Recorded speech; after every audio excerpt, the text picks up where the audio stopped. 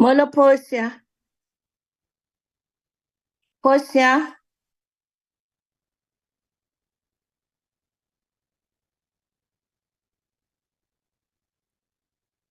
Portia. Morning, ma'am. Uyaphila mntakwethu? Ngiyaphila, ma'am. Akhondo, kunjani kuwe, Nkosi? Ngiyaphila Sithando, ngifuna ukucheck ukuthi sengiyakwazini ukukhuluma. I-iPhone 50 ibingakaphela sisi ingaphezu kwami. So sebeze bangilungisela kosali sengiyakwazi ukuthetha. Okay, uyavakala, ma'am. Okay, ngiyabonga my love. Morning, Honorable Zuma. So uyakwazi ukuthi qhaphu. Kesithi qhaphu. Sengiyakwazi ukuthi qaqabu Zolani, sengiyaqaphuza manje. Ngizwile Morning, echwephesini. Hayi, Zuma. ubamba ibhaki. Ndiyeva ubamba ibhaki kanti ngilalele yonke into. Mangiqeda ngafonela uSali, Sali ngincedise. Wathi uSali hamba kwi-microphone kwi-setting. Ungene lapho. Awu sengiyazi-ke manje. That's good. Thank you. Hayi phela angithi sithatha amafoni angaphezu kwethu Zolani kanti yinini enwaziyo. Hey, yeah. Sithanda izinto. Sure. Hayi, ngajabula-ke, all right. Thank you, ma'am. Okay.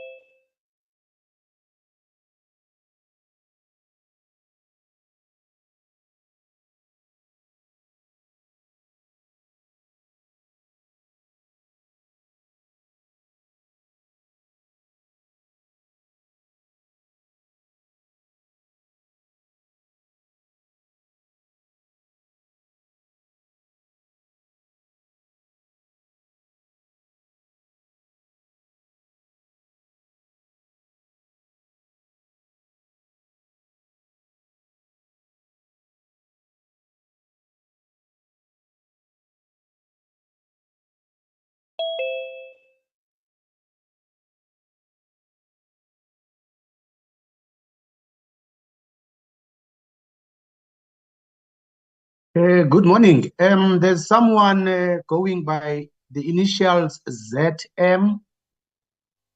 Can you please rename?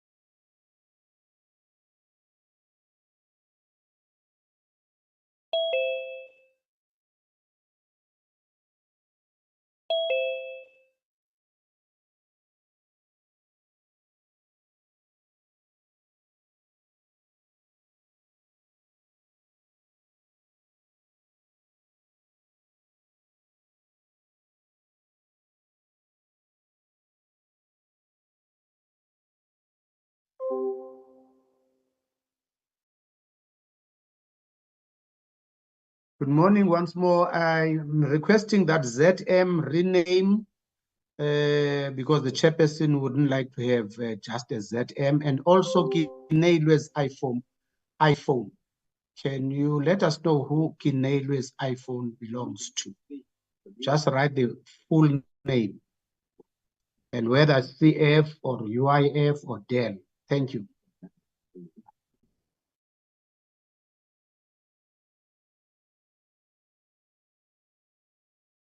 Noted.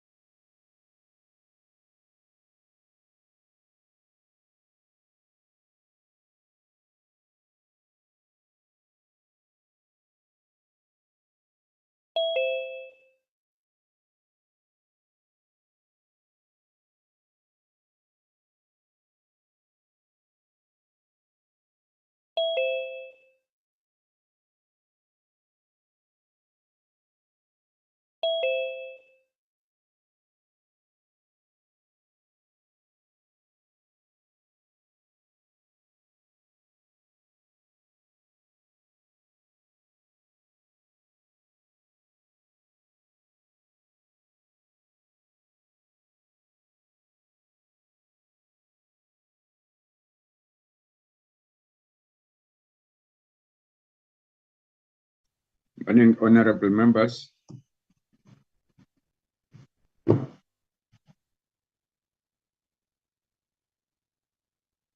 Sorry. Morning, honorable members. Good morning. Welcome to our portfolio committee meeting. I hope that we will again be able to get attention of all the members in the platform. Recording in progress. Acknowledgement. Welcome, Honorable Deputy Minister, Honorable Moloi. Good morning, Chair. Good morning. How are you, Honorable DM? I'm fine, thanks. And how are you? Thanks. I noticed also Honorable Makubele, Honorable Mkondo, Honorable Ngobo, and all the honorable members. Honorable members, it's 10 o'clock, it's now 2 minutes after 10. Can we then proceed? I will switch off my video. At least you've seen that I'm still the real person. Yeah, except when it is necessary for me to do so. Otherwise, I will have to deal with the issue of load shedding. Thank you for your understanding. Honorable members, can I invite you, Mr. Sagaza, to do the roll call?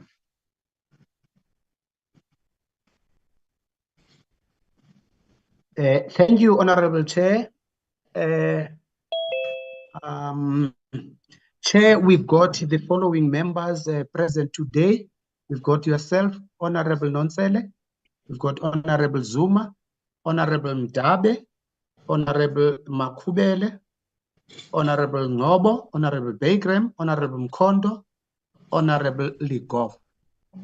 That's what I have at this moment, and no apology was received, Honorable Chair.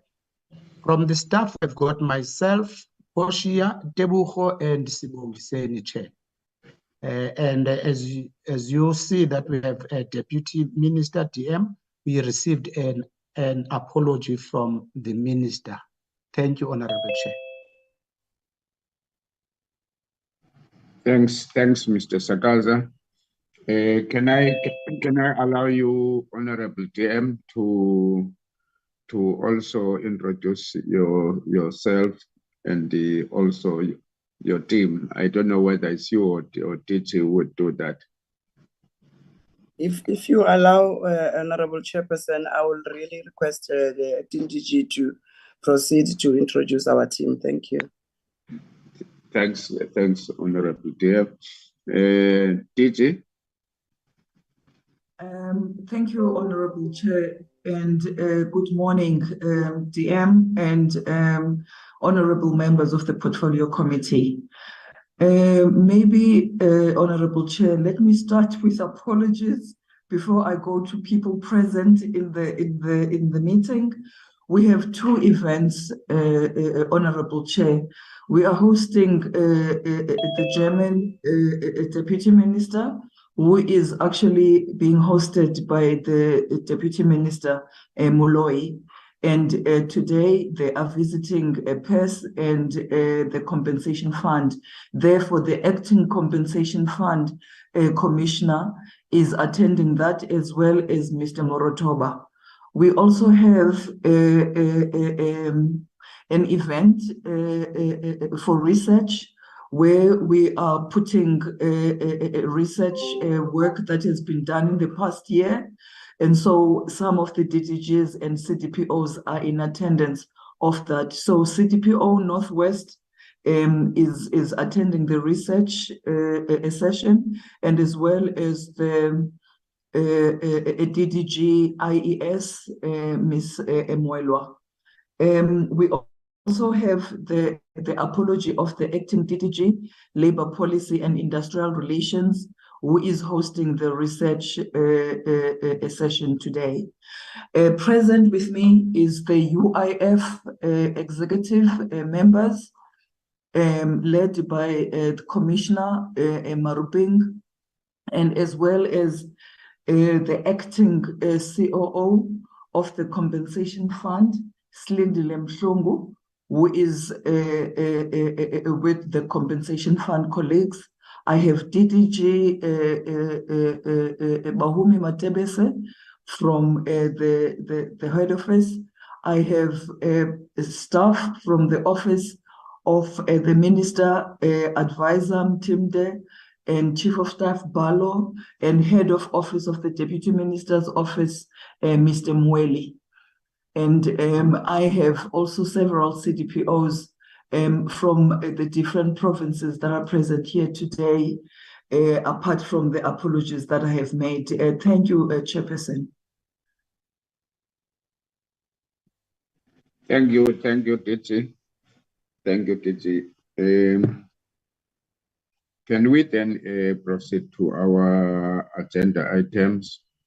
And I will ask Mr. Sakaza again to lead us by introducing the first item, and then also invite you, DG, then to do the presentation. That is the briefing by the Department of Employment and Labor on repositioning of the compensation fund and also unemployment insurance fund in 2024. So that's the first item. I will invite you, DG, to proceed with your presentation.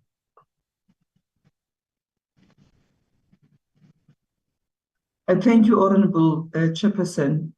Today, we're going to be presenting the Reimagine Citizen-Led Service Transformation of the Compensation Fund and the UIF, which is commonly known as the architectural review of those institutions.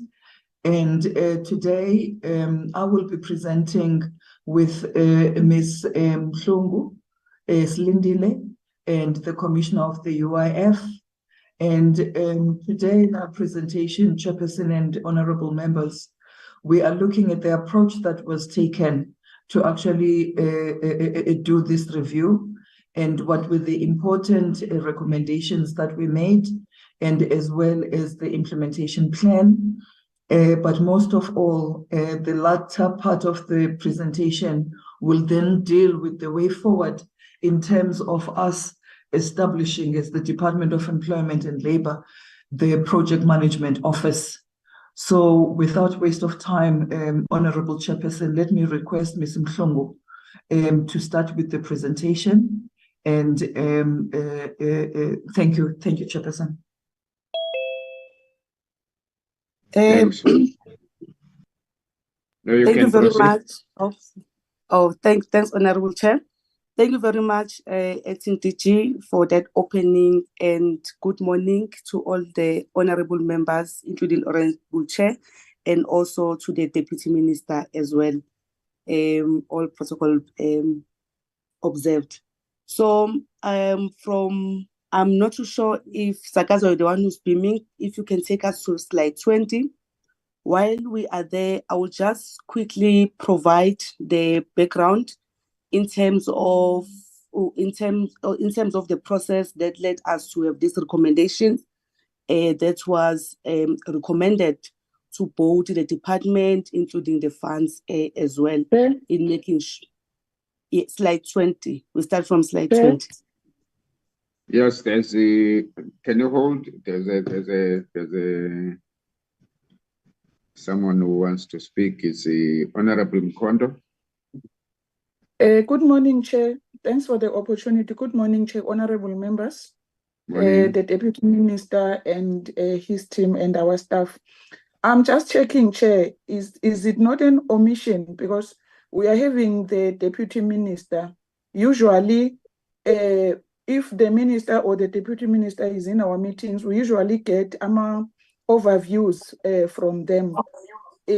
Is it an omission, or she indicated to you that she doesn't have such today?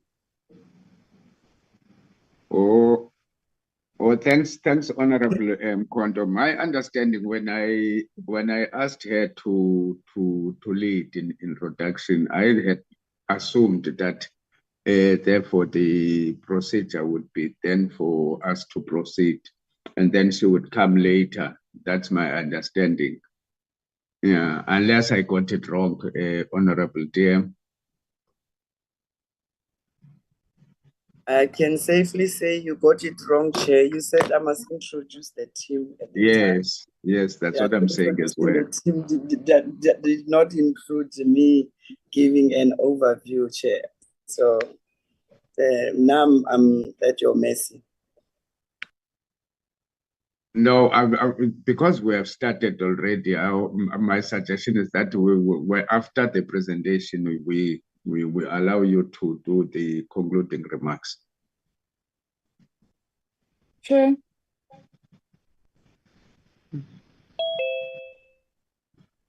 My problem is that already an item has been placed on the table, and that Chair, we can I come? Can I yes. come in, Chair? Yeah. I'm really not comfortable with that. I don't know, maybe it's because the DM is a woman, but let us give her space to lead, Chair. She has to lead. The things that we normally do to the minister, let us do the same with her. She can't come after officials. Let us give her space to lead. That will be my suggestion, Chair. Thank you. Thank you, Honorable Mkondo. Maybe let us not belabor the matter. Can the presenter hold back, and then we allow Honorable Deputy Minister to do the introductory remarks? Honorable DM, you are invited. The platform is yours. Thank you, Chair. I hope you are able to see my face, so that you shouldn't think that I'm a robot. And if you allow once more, I must request that I switch off my video, so in case I get lost while I'm speaking. Actually, Yes. Good morning once more, Chairperson and honorable members. These remarks are of our office from the ministry. Honorable members and our acting DG, Ms. Onkemjo, and all senior management of the department and both the funds, UIF and compensation fund. Ladies and gentlemen, I want to thank you again, Chair, for this opportunity. It's very rare, I must say. And I want to also reconfirm our support for these occasions when we meet and engage. They do go to the heart of our democracy when Parliament holds to account the executive and senior officials. So we don't take light these engagements, honorable members. So I must say that our department, as already we have started, they will continue to provide a detailed presentation, especially on the PwC report on the restructuring of the two funds that we are here for today, both the CF and the UIF. So I just want to briefly flag some areas, Chair, that I think are of importance. I think we can agree that challenges of the compensation fund and the UIF are very deep, structural, and systemic. And the pressures of the pandemic, we all know, they highlighted many of the weaknesses.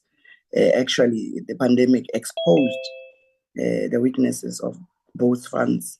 And we are all aware, Honorable Chairperson, honorable members, that the Auditor General also alerted the department to weak financial controls in both the funds, leading to repeat negative audit outcomes, and all pointing to the need for a fundamental organizational reform.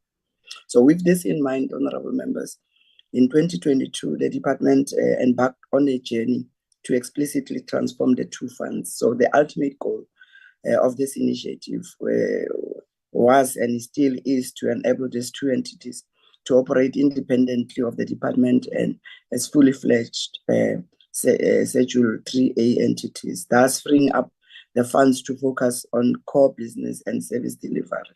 For an example, honorable members, freeing the funds from the present public service prescripts and structures allows the funds to offer the market-related remuneration packages requires to attract the necessary specialized skills which are needed.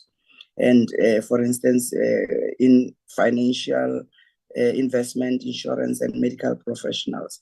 So access to these skills, for instance, will also assist us to better perform due diligence in relation to the investments of our funds with the PIC itself. So we are agreeing that we at some point need to revisit into how the operations of the two funds, but also the department appointed PricewaterhouseCoopers, honorable members will recall, to conduct an organizational architectural review of the two entities, which was successfully concluded in September of 2023. And the findings included, and I think it's not something that we are not abreast of already, but not limited to poor performance management and financial controls, lack of client feedback and input, and the majority of processes remained very manual, old, and not able to deal with the fund's changing circumstances, the customer needs, and the customer's environment. Inadequate ICT infrastructure leading to potential loss of revenue, and an inadequate business continuity plan and information security strategy. A lack of critical skills within both funds to effectively execute on the mandates, as well as low staff morale, among many other findings. I also need to flag, honorable members, just without going too deep, the sheer complexity of the tasks before us, that taking the compensation fund, for instance, which consists of the variety of different and distinct businesses, an insurance company. Compensation fund is an insurance company, it's a pension fund, it's a medical aid, directly involved in medical rehabilitation and an investment and asset manager. But historically, it's lacking the capacity, systems, and expertise to adequately cope with all of these specialized tasks. Then on the UIF side, as the department's mandate has expanded after 2019 to include employment in addition to labor. So the scope of the fund has further embraced job retention, employment creation, and skills development. And in this regard, honorable members, the UIF works closely with the CCMA and Productivity SA, as well as the UIF's own labor activation programs, which are the LAB programs, which has also been subject to the same organizational architecture review process to strengthen governance and accountability. So I would like to reassure the portfolio committee, honorable members, that weaknesses in internal controls and governance in both the funds are being addressed as part of the PricewaterhouseCoopers exercise. And the emphasis here is on strengthening internal audit and providing for an independent forensic capacity and enhance risk management and compliance. So it is also worth noting, honorable members, that the overall title of the PricewaterhouseCoopers report is reimagining a citizen-led service transformation for the compensation fund and the UIF. And the core focus of the proposed model, among others, it focused on digitization of processes combined with a thoroughgoing and service-oriented reform of values, behaviors, and systems. And yes, digitization and updating the ICT will immediately improve service to the clients, but we also need to change the culture. And I'm sure you are aware what I'm talking about, so that service delivery is in front and in the center at the same time. Regarding our presentation, Honorable Chairperson, let me commend the acting DG on the latter part of the presentation dealing with the establishment of Strategic Planning Management Office, which is a clear proof that implementation is underway. And this is very important to us, honorable members. Our experience and your experience as the portfolio committee tell us that the reform and restructuring of the two funds is very critical. It has to happen regardless of which minister is in place, whether we do it now or we do it later, but change has to happen. I have also argued that this is a huge undertaking, which is not a once-off, but a multi-year, multi-term project that requires the buy-in of all stakeholders, and including yourselves, honorable members. I have said that the review and systemic reform and restructuring of the two funds is a necessary and overdue exercise. But I believe, actually we believe, myself and the minister and the ministry, we believe that it also provides a great opportunity for both to enhance services to our people in the form of social protection to working people, but also to leverage a major public resource, of which is the two funds, and for skills development, employment preservation and creation, and supporting the decent work agenda for a healthy and inclusive workplace. I'm sure we will also cover many other issues, but on the National Minimum Wage report, we are pleased, honorable members, to report that the committee has requested the report, which shows clearly that the National Minimum Wage regulation has not really led to massive lost jobs. Rather, it has provided a safety net to provide to the most vulnerable workers, including domestic and farm workers. And immediately, all of us, we are aware now of the statistics that it's benefiting some 6 million workers when it was introduced the first time in 2020. So this minimum wage legislation, honorable members, exists globally, including in the US and Europe for that matter. But in South Africa, I'm sure we are all aware that there is this some sort of a nostalgic right-wing opposition still, which demands the right to drive wages down to the previous apartheid starvation levels. The report, I'm sure it's ready, honorable members, that proves otherwise, that there is no job that was lost because of the national minimum wage. So, Chair, I would like to take this opportunity to thank you for this opportunity that you gave me. I'm really, truly humbled, and I thank you heartily. Thank you. Thanks, Honorable DM. And again, my apology for starting with the DG. And I think that the point that was raised, it's really not an intention to undermine you because you are a woman.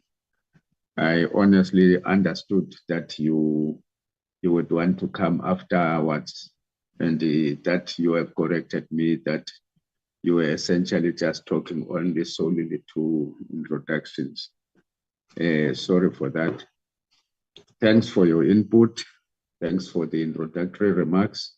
Can we then proceed with the presentation from the department?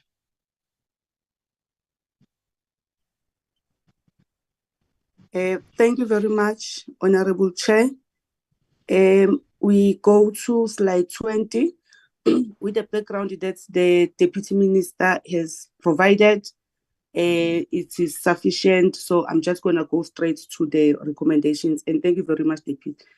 I think the presentation we are looking at, Sagaza, is the one that says reimagined UIF and CF.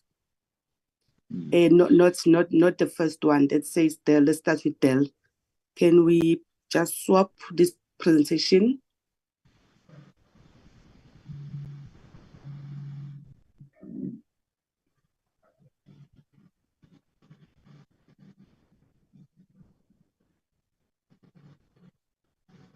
Honorable Chair? Yes. Zolani. Sorry, through you, Chair. I just want to clarify. It's Matapelo who is sharing, not me. Not Matapelo. you. Okay. Yes, Chair. Okay, thanks, Mr. Sakaza. Matapelo, can you help with the proper presentation?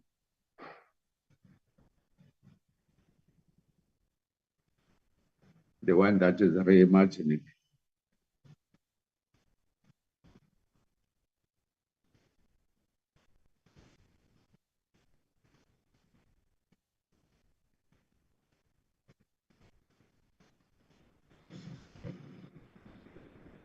Sorry, Chairperson, I've raised my hand. Yes, Acting DJ. Oh, okay. Apologies, Acting Chairperson, and as well as the honorable members. I would just like to ask that, Silindile, we proceed with the presentation that we submitted to the Portfolio Committee, and this is the presentation that we submitted. And from that point, then, Honorable Chair, I would like to request that we continue with the presentation. And Lindile can talk to the structure that is being recommended for both the UIF and the compensation fund after the work that has been done, and she can give a background to it. I would not want a chairperson for us to be changing presentations and it ends up that you yourself did not get this presentation and they've got a different one. So I request that we continue on the presentation that we've submitted. Thank you, Chairperson. Thanks, Lindile. Thanks, DG, because I was going to also to raise that question, but it's fine. We can proceed. Okay. Thanks, Matapelo.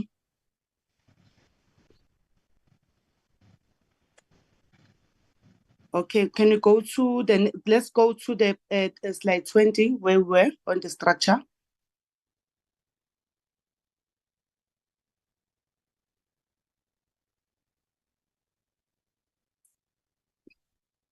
Okay, so as the recommendations from PwC and what they've observed as well, they looked at how we are configured in relation to the department as a whole and what are the other things that are hindering the board funds to be able to operate fully fledgedly in terms of the Schedule 3A entities. They also looked at the issues of the shared internal human resources radar, look at the issues of the sharing of the systems and the processes and how far they limit board funds in terms of operating autonomy. So part of the recommendations which led into the structure was to make sure that, was to suggest that projects such as the unbundling, which is underway, can be able to address some of these things, because then it's going to let us to define or develop the funds, board funds operating a model that will make sure that even our structure from the macro to the micro level are able to make sure that we operate optimally as well. One of the other recommendations into this structure as well was to make sure that our processes must be aligned into our technology as well, and also the fund as a whole, board funds as a whole, be able to whatever that is in the system, and also the business processes, they are aligned, and also to the microstructure as well. That will include the resources that we're going to bring into the fund. So part of this project was to only look at the microstructure, because that is an engine of both funds, and what has been recommended from a UIF point of view, which is similar to a certain extent with the CF as well. What has been changed or what has been enhanced in this level is to create the units of strategy and governance, which will basically look at our strategic direction, that will talk to the issues of research capability, which will then gonna lead us in developing policies that are customer-centric as well, and that will also shape our business processes so that we can be able to operate effectively. The corporate services, it did not change that much, except that it has been splitted some of the functions which has to do with the change management, because they came out strongly in terms of building the change management, because in making sure that you implement all your recommendations fully, you must take care of the people's side of an organization. The issues of governance and assurance, it came out strongly as one of the areas that it needs to stand out, so that we are able to respond into whatever issues with the issues that has to do with the litigations, issues that has to do also that are risk, how vulnerable we are, and what are the mitigating factors we can bring into it. Risk being coupled with the business continuity, because part of the observations that they've made is that we are vulnerable on the issues of cybersecurity, so we need to strengthen our business continuity. Should we be attacked on a particular day, what are the continuity measures that we are bringing in place?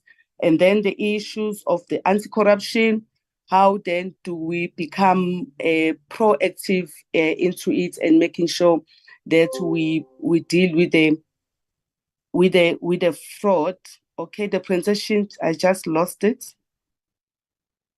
I'm not too sure if it's only my side.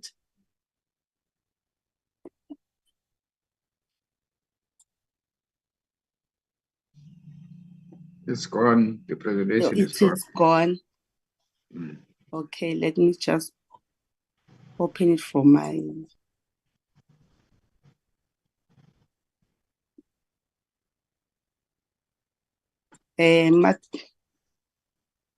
Okay, just a second, Chairperson. I think we are experiencing the same in terms of the failure of our IT.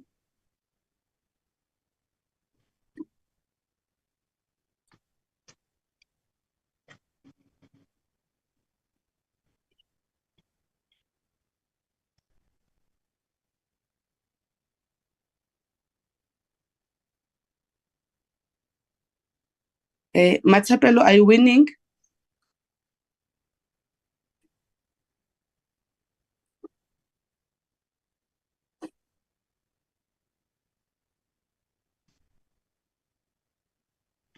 Sorry, Chairperson, I have my hand up. Yes. Yes, teacher. We have connectivity challenges, Honorable Chairperson and members, which is an indication to all of you of our IT challenges as they do this to us while we are here with you. Can I request that we speak to this presentation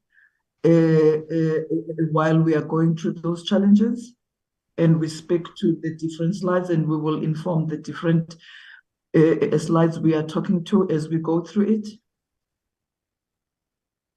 Honorable members, there is that request.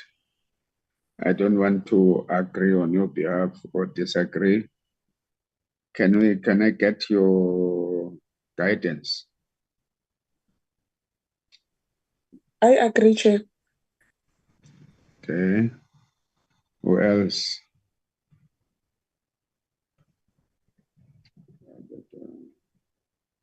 Other members? There is no.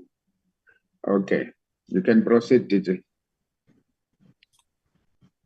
Thank you, Honorable Chair and Honorable members, for indulging us on this one. Selindile was talking on the UIF structural recommendations And as she was explaining to the members in terms of how has the structure come about, and as well as what is it talking to, considering the gaps that have been identified, both structurally, governance issues, IT and problems that we have, and as well as operations, plus the enhancements of the structures as it currently looks right now. That's a totally different setup in terms of the UIF structure. So this is an enhanced structure, an indication, therefore, of how the proposed or the recommendations in terms of how we can build the UIF and continue to build on the compensation fund in order to grow its capacity, but not just only its capacity, but also in order to strengthen its areas of operation, governance, curbing fraud and corruption, which is currently highly prevalent in both institutions. So, Chairperson, I would then request Silindile to proceed to the next slide, which is slide 22. The 21 slide was giving us UIF at a head office level, which would be similar to compensation fund. And slide number 2 gives us a provincial setup. Thank you, Chairperson. Can I then request that Silindile continues? Thanks, Acting DG. Silindile, can you proceed? Morning, Chair. Silindile is still struggling with connection, and she's asking me to continue where she left off. Hey. Okay. Okay, thank you. You can proceed. Okay, Chair, I think we are now on slide 21.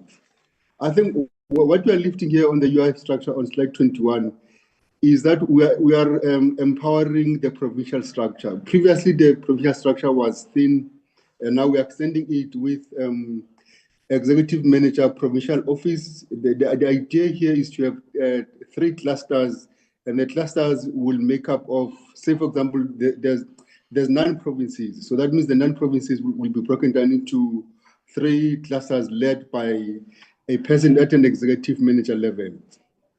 And then we'll further break it down and have senior, we'll have a finance area, we'll have a fully fledged finance structure in the province, a fully fledged corporate services, a fully fledged labor center operation structure, and a fully fledged governance, a fully fledged unit of compliance and enforcement, and a fully fledged employment and job preservation, which is labor activation. And I think what this structure does is that in the provincial space, you'll have a fully functional UIF for simplicity.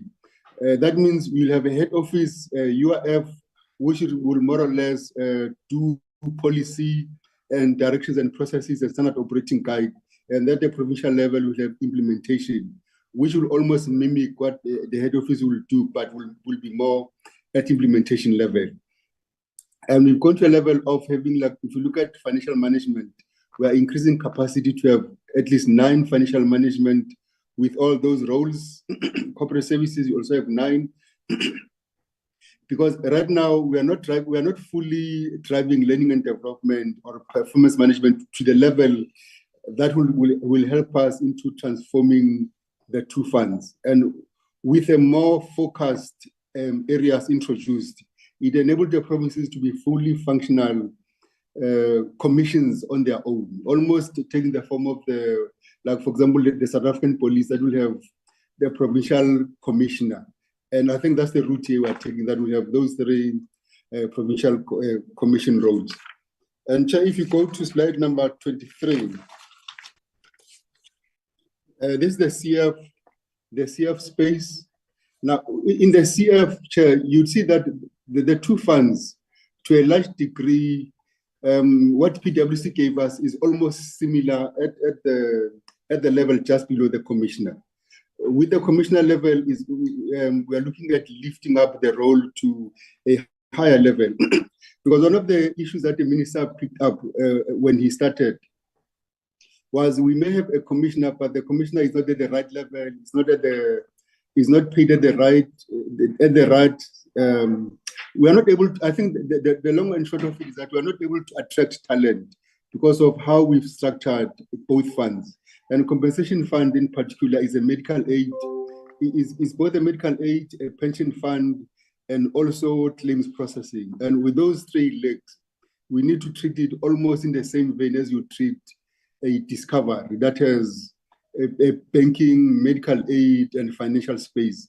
And that's the introduction you'll see in the layers that are following just below the commissioner. You have one area that deals with strategy and governance, and we've broken it down into strategy and transformation, corporate support, and governance and assurance. And that will sit in one space. Because if you're going to be introducing compensation fund at the level of discovery, that means issues of legal risk, business continuity, anti-corruption, and you moved too quickly. You're still on slide 23. Yes. And issues of COIDA statutory services and corporate forensic services, those becomes critical because in the medical space, they're using data analytics and data information to be able to detect fraud easier. For example, in the medical space, if there's a prescription given to a man, that is a woman. If I go to a doctor as a man to get a prescription for my sister, the medical aid scheme data says are defined such that they're able to pick up that a man went to a doctor, but a woman's prescription was given, and that's the kind of space that we want to bring a compensation fund to. And when we go to slide number 24, Chair, you can move Matapelo. And here again, we are taking almost the same breakdown as URF. You can see that we have three, under the Chief Operations Officer, we have three groupings of provinces. The Executive Mayor that covers Gauteng, Limpopo, and Northwest, another one for Eastern Cape, Western Cape, and Northern Cape, and another one for Mpumalanga, Free State, and KwaZulu-Natal. So you can see it's the same format that we're taking for both funds. And for both funds, again, we are introducing a fully fledged operations in the province. And the fully fledged operation will cover finance, corporate services, operations happening at the labor center, and also issues of governance. Because even at a provincial level, you want to mimic a similar functionality as at head office, except that at the provincial level, it's implementation, and therefore the structure might be bigger at that level. Chair, if you go to slide number, I think we can go to slide number 26.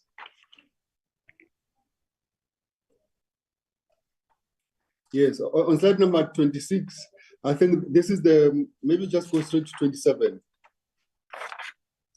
On slide number 27, Chair, this is the project that is now headed by, sitting in the office of the DG. I don't know if DG, if you want to speak, or should I continue on this part?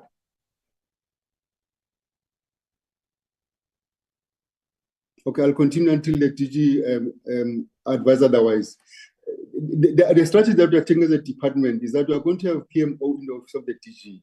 The rationale behind having the PMO in the office of the DG is that it's almost impossible for URF and compensation fund to implement a transformation agenda that is transforming them. And that's the rationale that the DG is taking, which makes sense that let's have a separate PMO run at the office of the DG.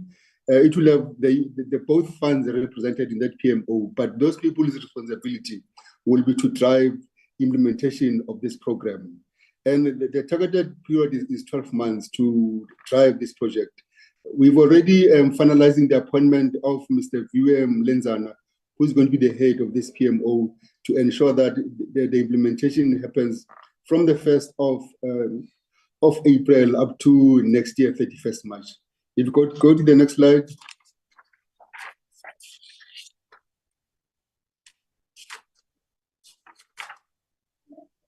I think we can go to slide 30. I think, yes. On slide 30, Chair, we're just unpacking how the PMO office will look like to implement the the PMO. We've already appointed the head of PMO. There'll be a project admin. Then the project managers will come from UIF and Compensation Fund, some from the department. People will be identified to see to the implementation of the project. Then on slide number 31 is just a further unpacking of the PMO, where we'll have one area that focuses on people and change management, one area that focuses on process design, and one area on technology, and one area on strategy, and one area on communication and stakeholder engagement. Also, the idea that the DG is undertaking now, she's busy engaging different departments that have seen transformation of their environment. A case in point is SARS. When looking at technology, we're looking to bring someone from SARS to help us with the technology transformation review of our technological footprint. I think earlier on she did indicate our frustration with the network already. And that's why we're bringing someone who has already implemented a transformation in technology at SARS. And we'll be looking the same for people who've done process design. I think one of the engagements she's busy now is to engage people like Old Mutual and Discovery to see the kind of skills they can bring on board for a specified period, just to help us to transform this change. Now, on the change management, the strategy we're undertaking as a department is that of bringing a service provider on board to help us drive change management. Because this transformation agenda is going to take a different form and will need us as a department to win people over, to get them to work with us in the journey to transform both funds.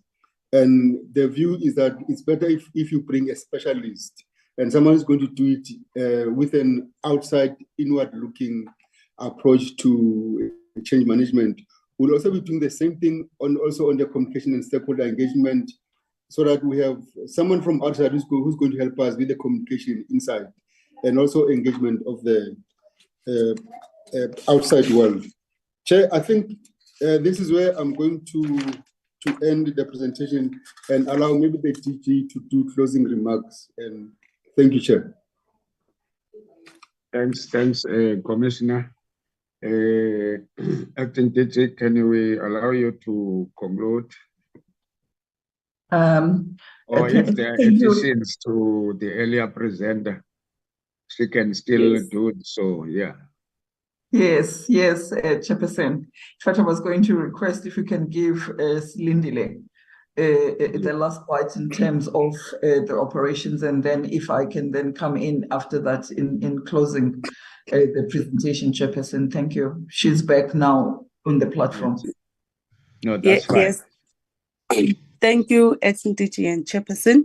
Okay, just to add on everything that has been done and has been said with regard to the structure, and also where does it come from? I've spoken before, the network cuts us off on the legislation with regards to the unbundling that needs to assist both funds in terms of the processes and also in terms of the development of the operation model and the business strategy that will enable both funds to be able to operate autonomy. Part of the other things that was recommended was the issues of both funds look at ourselves to increase or enhance on our research capability so that we become citizen-centric. We need to understand and also take the needs of the citizen and understand them, what is it that they're saying with regards to the operations, and make sure that all those things that are included in our business strategy and also direct us in terms of our daily operations. And then they also look lengthy, which is, we see it in the structure has been set on the issues of the labor activation program, where the recommendations that came strongly is to try to bring the improvements with regards to the governance strategy and make sure that we improve on the jobs that are sustainable as well. And then the other things that are also highlighted largely on the structure is the issues of the revenue that we've got a potential of losing our revenue if we don't improve our systems and processes. So basically, we must embark on a business process re-engineering that will take care of our our processes, that will take care of our systems, technology, and also the people as well. We also need to provide a platform where our citizens or our customers are able to be able to submit their information online rather than be able to come to our labor center. So we need to enhance our technology as well. And then the other part which I did talk to was the issue of making sure that we conduct a full review on our business continuity management, so that should we get attacked on a particular day, we are able to mitigate those factors and we are able to come up with better ways in terms of making sure that our citizens don't get to be disadvantaged for that.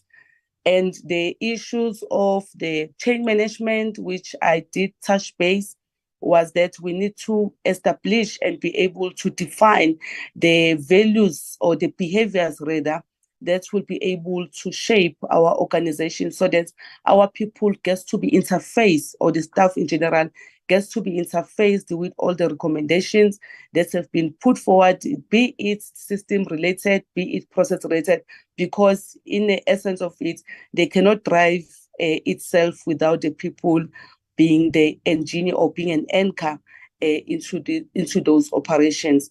I think I touched base a lot on the ICT in terms of the architecture review as well, and be able to automate our processes.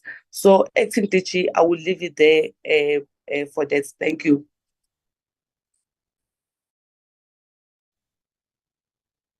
Thank you, Honorable Chairperson, for allowing us.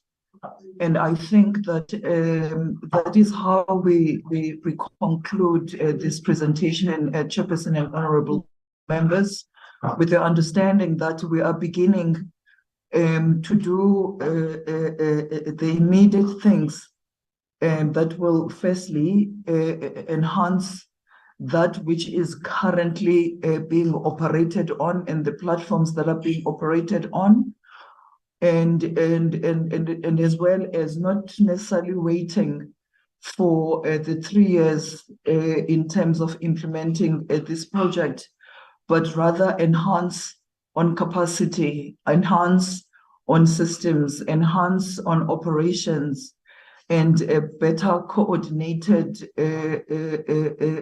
processes of both funds, Honorable Chair and Honorable members. So I think that we will leave it at that, Chairperson, for now. Thank you very much. Thanks, thanks, DG. Thanks for your presentations together with your team, by the Commissioner and Slindile. Honorable members, those are the presentations. Can we invite your questions?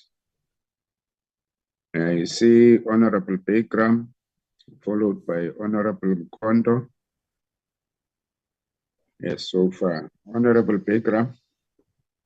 Thank you, and thanks for this presentation. It's a breath of fresh air. So I'd be interested, first of all, to know what brought this on. I know that I personally have been complaining about both these entities for well on almost 9 years, and over COVID, we wanted this to be handed over to the receiver of revenue. So I want to know what the change of heart and what brought it on.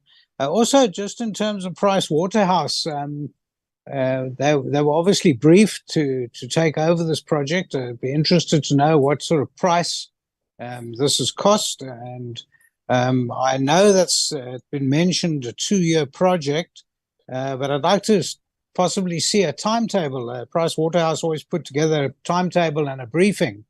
So I'd like to see that as well, if at all possible. It's important for us to know where we stand. Also, you know, we're hearing now that it probably enhanced service delivery. Well, of course, the proof is in the pudding. We'll all report back on whether service delivery has indeed improved at all. It'll be interesting to see. Now, I just want to know, in terms of the contemplation of this coming in within 2 years, how does this affect the staff of both entities? Are the staff going to remain in their similar positions? Because now there's a contemplation of a new entity, in other words, a handover. I want to know, just in terms of our labor law, is this a contemplation in terms of 189 or 197? Section 189 or Section 197 of the Labour Relations Act? And have the staff been consulted and got their letters? Because there's a contemplation. That's what this is all about. So I'd be interested to see. The other thing is the monies that are held in the Public Investment Corporation on behalf of both these entities, in particular the UIF, which is billions of rands.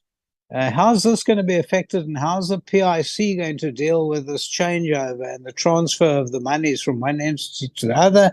And I presume no one will touch those monies until this whole process has been completed. And I want to get some sort of guarantee from the ministry on this, that no one's going to put their hands on the PIC monies. I know there was just about to be a movement of 15 billion rand over the next 3 years from the PIC, which belongs to the workers of South Africa. So I'm interested to know how that's going to pan out, and what guarantees do the workers of South Africa have that their monies, their UIF monies, are protected.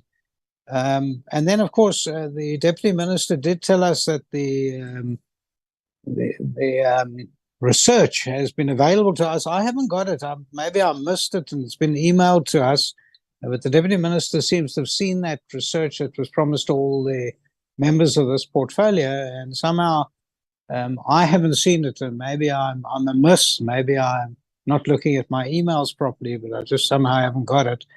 Because the Deputy Minister said no jobs were lost because of the minimum wage. Well, I'd like to challenge that in due course. So thank you for giving me this opportunity. I really appreciate it. Thanks, Honorable Begram. Honorable Mkondo, followed by Honorable Mdabe. Thanks, Chair. I've already greeted everyone. Chair, it will be comments and questions. I hope the DG and her team will be able to grasp where there are questions. First of all, Chair, we welcome the decentralization of the UIF and compensation fund operations. It's long overdue. We really welcome it. But then, Chair, we all understand that as the Deputy Minister is saying, the executive is accounting to us as we represent Parliament, but as members of Parliament, we are accountable to the citizenry of this country.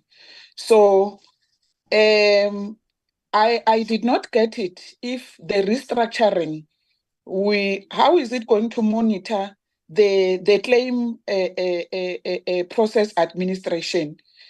I'm asking this, Chair, because many people are complaining that they file claims, their claims are not finalized as expected, no feedback. So the ICT upgrade that the department is talking about, is it going to be structured in such a way that it improves the feedback mechanism to the claimants?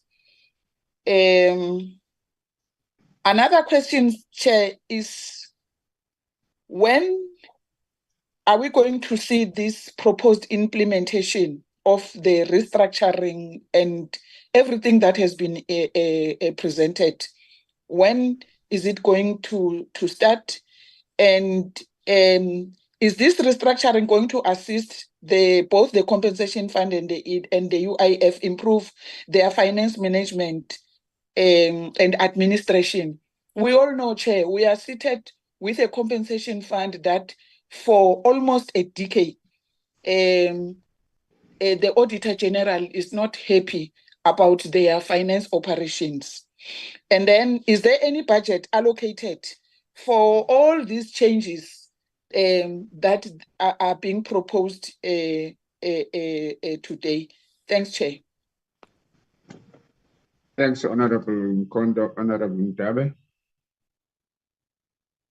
Thank you, Chairperson, and good morning to you, the Deputy Minister, the DG, and honorable members that are present here.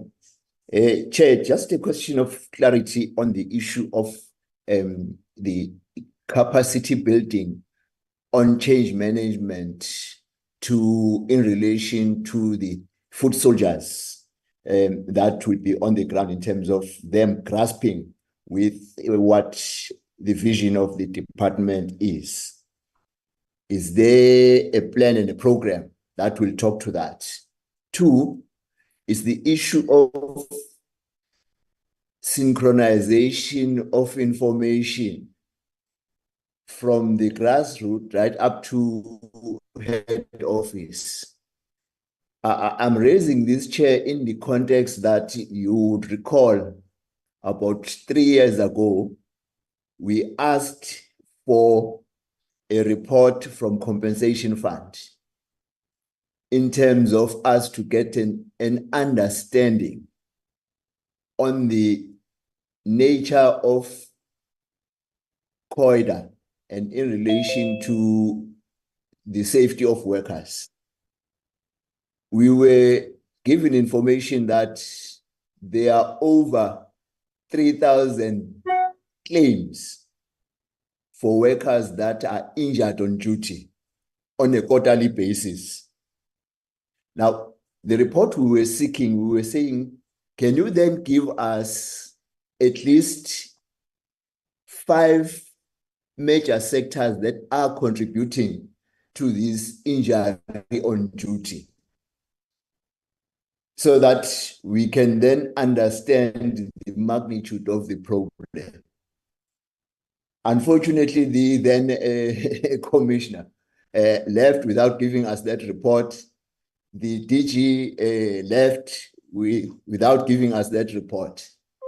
I'm trying to figure out in my head, what is it that led to not us getting a coordinated or synchronized report that would say, I would make an example. There is a worker that has been injured at ShopRite, fell from the scaffold. How much was paid to him? How much was paid to the medical institution? How much was paid to the middleman? Still today, Chair, we have not received that report. It's over 4 years now, but on a quarterly basis. Now, you fail to understand, where are these injured workers? Why is the media in South Africa not talking about such huge amounts of money being paid to injured workers, so that we know exactly what is it that we are dealing with? Now, my context of my question here, Chair, is, are we therefore going to have a system that will be able to generate reports which would then be informing the global picture in terms of what then the compensation fund will be paying monthly on a quarterly basis? Lastly, Chair, the issue of UIF I didn't see the issue of ethics committee in their structure. If that can be clarified as well. Thank you, Chair. Thanks, Honorable Mdabe. Those are the questions. Maybe just to add just a few ones from my side, although I'm covered by Honorable Bagram on the earlier ones relating to whether the process will not lead to any job losses. And secondly, whether the process of consultation with regard to restructuring has in fact been initiated with labor. The other point that I wanted to check, because on your side notes on the presentation, there is a reference to some sections or functions that would be outsourced. If maybe you can also clarify that. And then the second point is with regard to your special dispensation to Gauteng.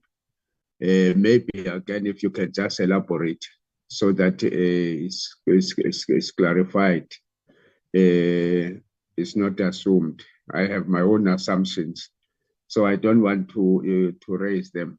Let me listen to you on your explanation of the special dispensation and the reasons thereof. Then on the question of the project implementation, I heard in your presentation that you were talking about 12 months. Honorable Bagram was talking about the duration of 2 years, but in a form of a question. Maybe if you can clarify as well, and clarify whether, for instance, the appointment of a project management office would in fact essentially be separate from the PwC process, and that you would be bringing in a different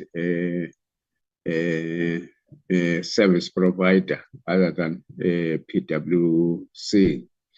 Yeah, so if you can clarify that. Then the final point would be with regard to provincial coordination.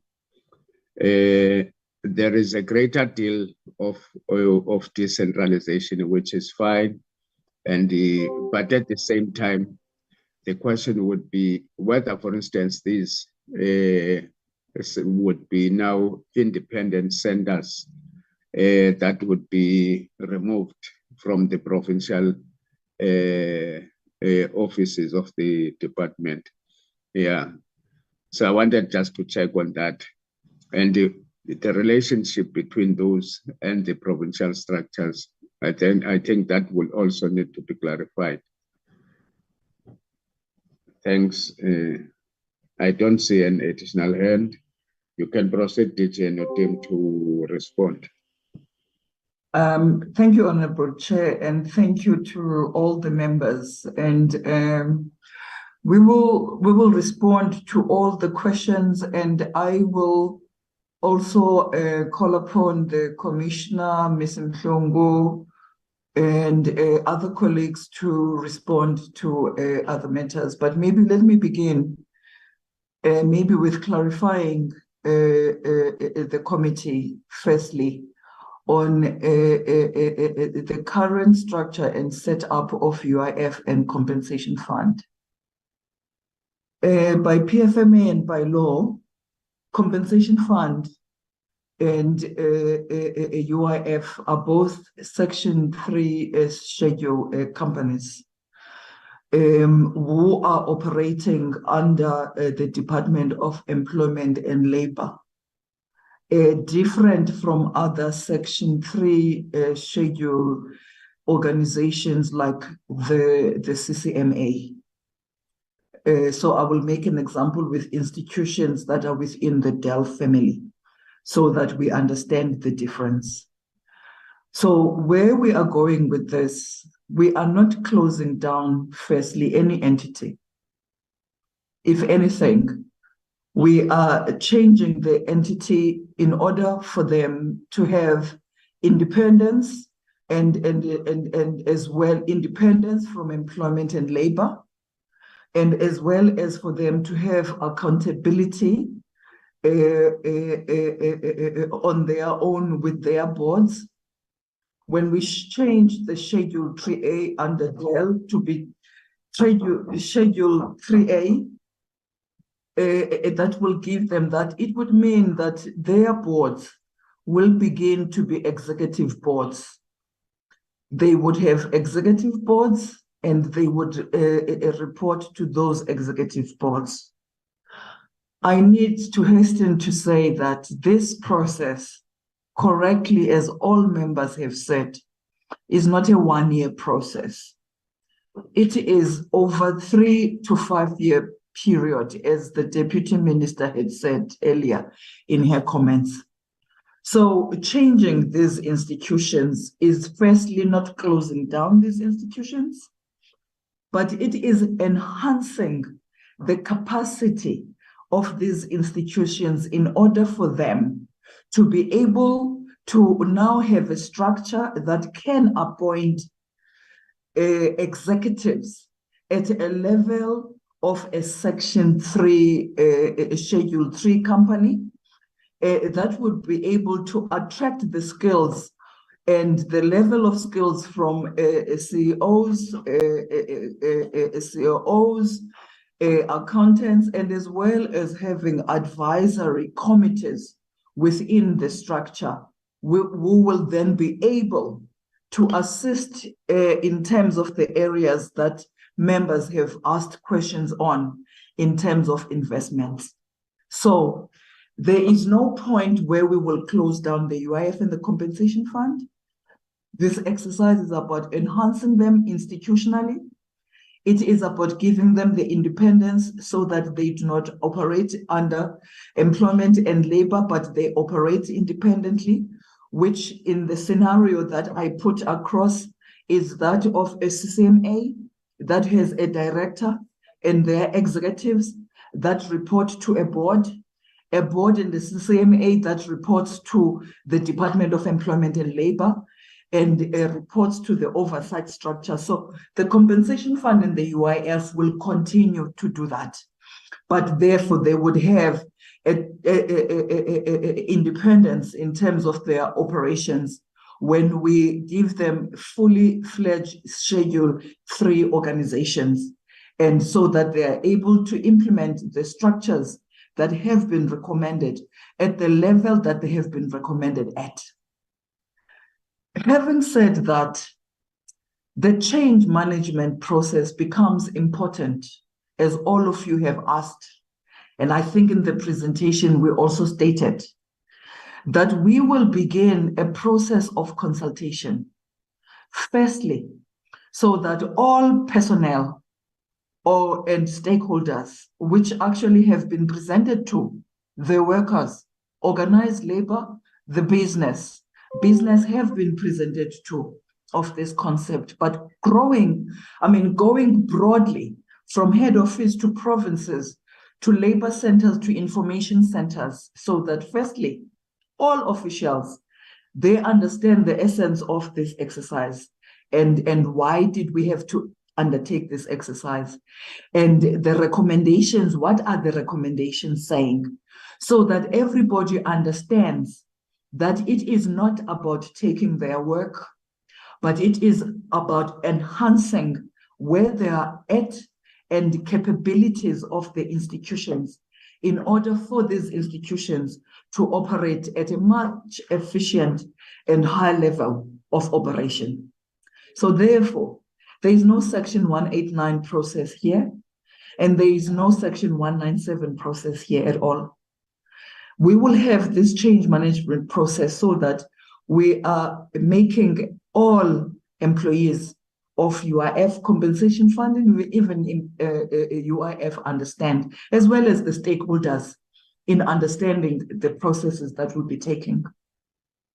So change management, therefore, and communication, you would have seen within the structures of the PMO, there's change management, there's technology, there is a communication, very broad and big communication structure that would have to set.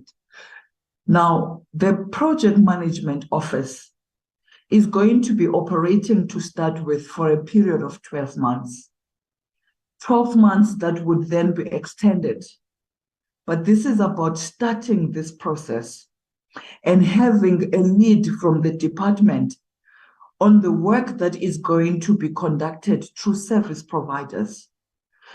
The extent and the magnitude of implementing this report will not be able to be optimally done and conducted if we take the office of the DG, the department, or the officials to do that work. Thus, we are establishing a project management office which will be dedicated in seeing through, firstly, the recommended implementation framework, to putting that framework into action, timelines, deliverables, and phases from immediate to medium and long-term strategies for implementation. So that project management office is going to have that dedicated work. Thus, even the officials that are being deployed from UIF and Compensation Fund are being deployed for a period of a year and probably more, depending as we go with the implementing of the project. With regards to PIC, there is no need for a changeover of PIC. When we look at the structure, Matapelo, maybe if you can put the structure once again, that talks to the advisory committees as per the recommendations of the PwC, is that there is a recommended advisory structure that is going to be advising the operations at 5 to 6 different areas from IT&T. So this advisory committee is a recommendation of PwC in terms of making sure that we've got actuaries,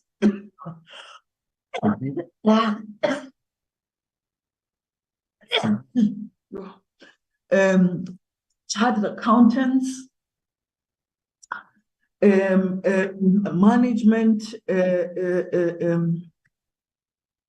a different expertise that will actually enhance the UIF in terms of its operations and even managing the funds of the UIF and advising on the fund.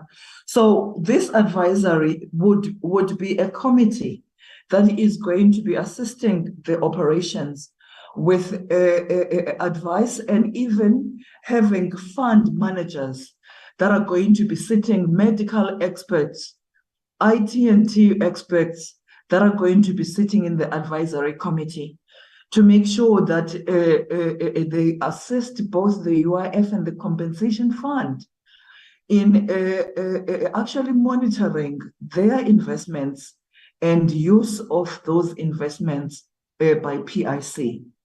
So there is no separation from PIC. We will continue working, but we will continue efficiently by enhancing the capacity of both funds in actually managing those when we have the investment managers that will form part of the expert team that is going to sit on the advisory. So in the recommendations of PwC, there were different advisory committees that were suggested to have IT advisory committee, fund managers advisory committee, actuaries, etc. But we thought that it would be... Yes. Sorry, David. I'm not sure whether it's a hand for order from Honorable Pegram or you want me just to note you. Just to note me after the DG's finished. Okay. Okay. No, thanks, Honorable Pegram. All right. Sorry, DG. Thank you, Chairperson. Yes. So I just wanted to clarify those points in terms of how is this institution coming about Also, Honorable Bagram asked the question, where did we begin, or where did we start thinking about this process? Back in 2019 November, Minister and the Deputy Minister convened a strategic planning session of the department with its different entities in November 2023. Upon their time of arrival at Employment and Labor, and them looking at the annual reports and as well as the audit reports and outcomes. And they felt that it would be important for the organization to actually relook at itself with how it was performing at that time. And so in February 2020, on the 2nd and the 3rd, then there was a plan in this strategy that was focused solely on the UIF and the compensation fund.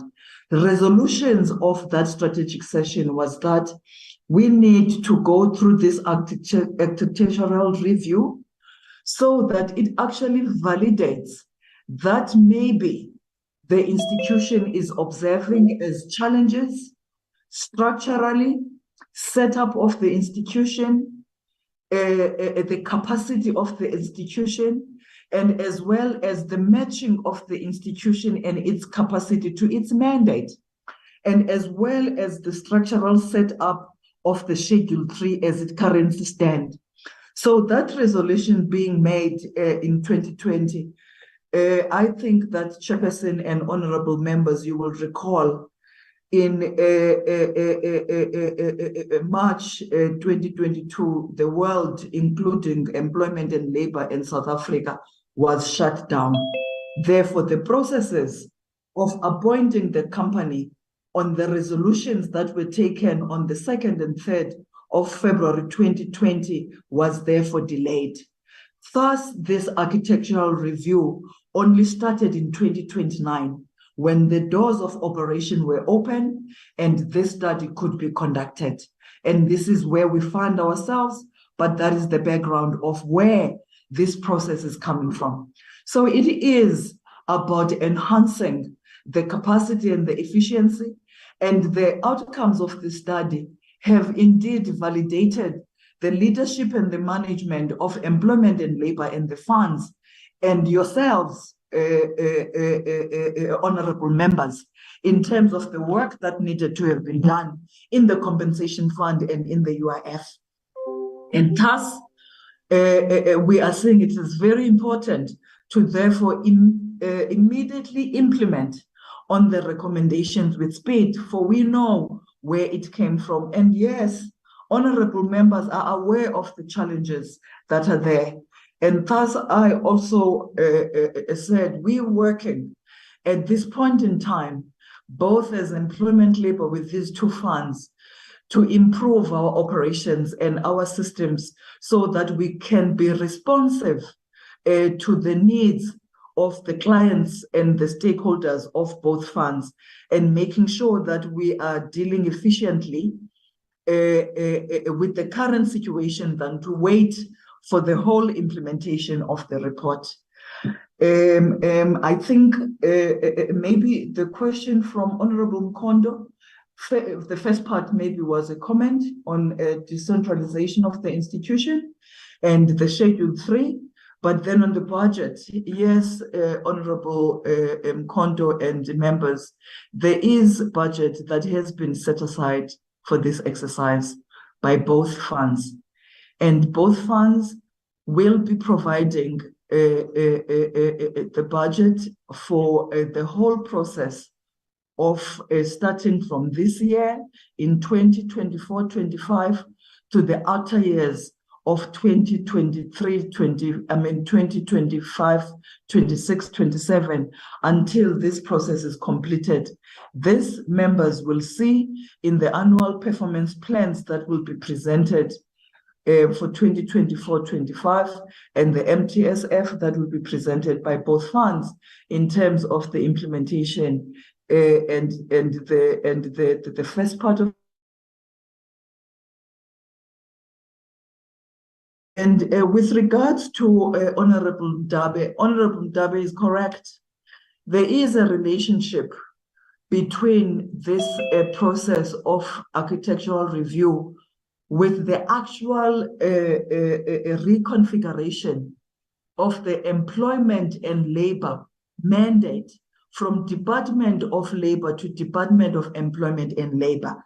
I think, Honorable Chairperson and honorable members, maybe it is a presentation that through you, Chairperson, we would like to make, because I think we keep referring to this a reconfiguration to yourselves, so that we can maybe present it to you, so that you can also see what is the reconfiguration of Department of Labor to Employment and Labor recommending about these two funds. It is precisely recommending that which the PwC has come up with, the independence and standalone of the two funds, and the operation of these funds as fully fledged as Schedule 3 companies, and the increased capacity and the optimization of the capacity at national levels of both funds and at provincial level and labor centers level. So I think, Honorable Chairperson and honorable members, in responding to that, it is indeed related, and maybe we would be given that opportunity to do that. I think the Honorable Mdabe's questions, I can but make a commitment, Honorable Mdabe and all the honorable members, that your request that you made, we will submit it in terms of the sectors that are vulnerable to injuries, and which sectors are those, and which sectors are high risk, and where most workers has been injured in. The compensation fund would be able to provide that report, and we will provide it to the members. And I think that the question as well about third parties, honorable members will recall, end of November 2019 to March 2020, the former commissioner and DG had presented to this portfolio committee about the change of the system called Umehluko to the CompEasy, which was, amongst other things, in seeking efficiency in application, was also taking away third parties in terms of claims that are being made, so that claims are actually being made directly by workers and by companies to the compensation fund. So I'm hoping that maybe we've responded to that, but I'll give an opportunity for additional responses through you, Chairperson, and if you allow me, to Commissioner of the UIF and the acting COO of the Compensation Fund, Ms. Mhlongo, and as well as Commissioner Maruping. Thank you, Chairperson. Thanks, DG. I don't know whether there are still additional points that are to be made before I allow Honorable Bagram to come in. One point, Honorable Chair, on one point, is the issue of the functions to be outsourced. I think that's a question was coming from you. Basically, the functions that it has been suggested to be outsourced, you outsource them because it's not an expertise of an organization, which is something that is currently underway. And if you can check, it's basically the facilities management. Ordinarily, when you are renting maybe a building, it will be, a landlord based on an agreement that has been signed. But the management of it, to make sure that all those needs or requirements with regards to the building are in place, that will be left within both funds. The other one, it's in relation to the corporate forensics as well. It is also largely being outsourced so that it avoids the conflict of interest, because if you are ordinarily an employee and you have to conduct that particular task, there might be a conflict into it, and also it allows the independency of the work that requires to be done. So I thought that maybe because you also asked them, the acting DG has touched on the change management, the capacity building. There is a program in place which the DG has explained, which talks to the entire transformation, how we're going to get the buy-in from employees, and how ever since the project started for the past 18 months, the organized labor unions for the department were in consultation from time to time. We've provided the update or the feedback to them.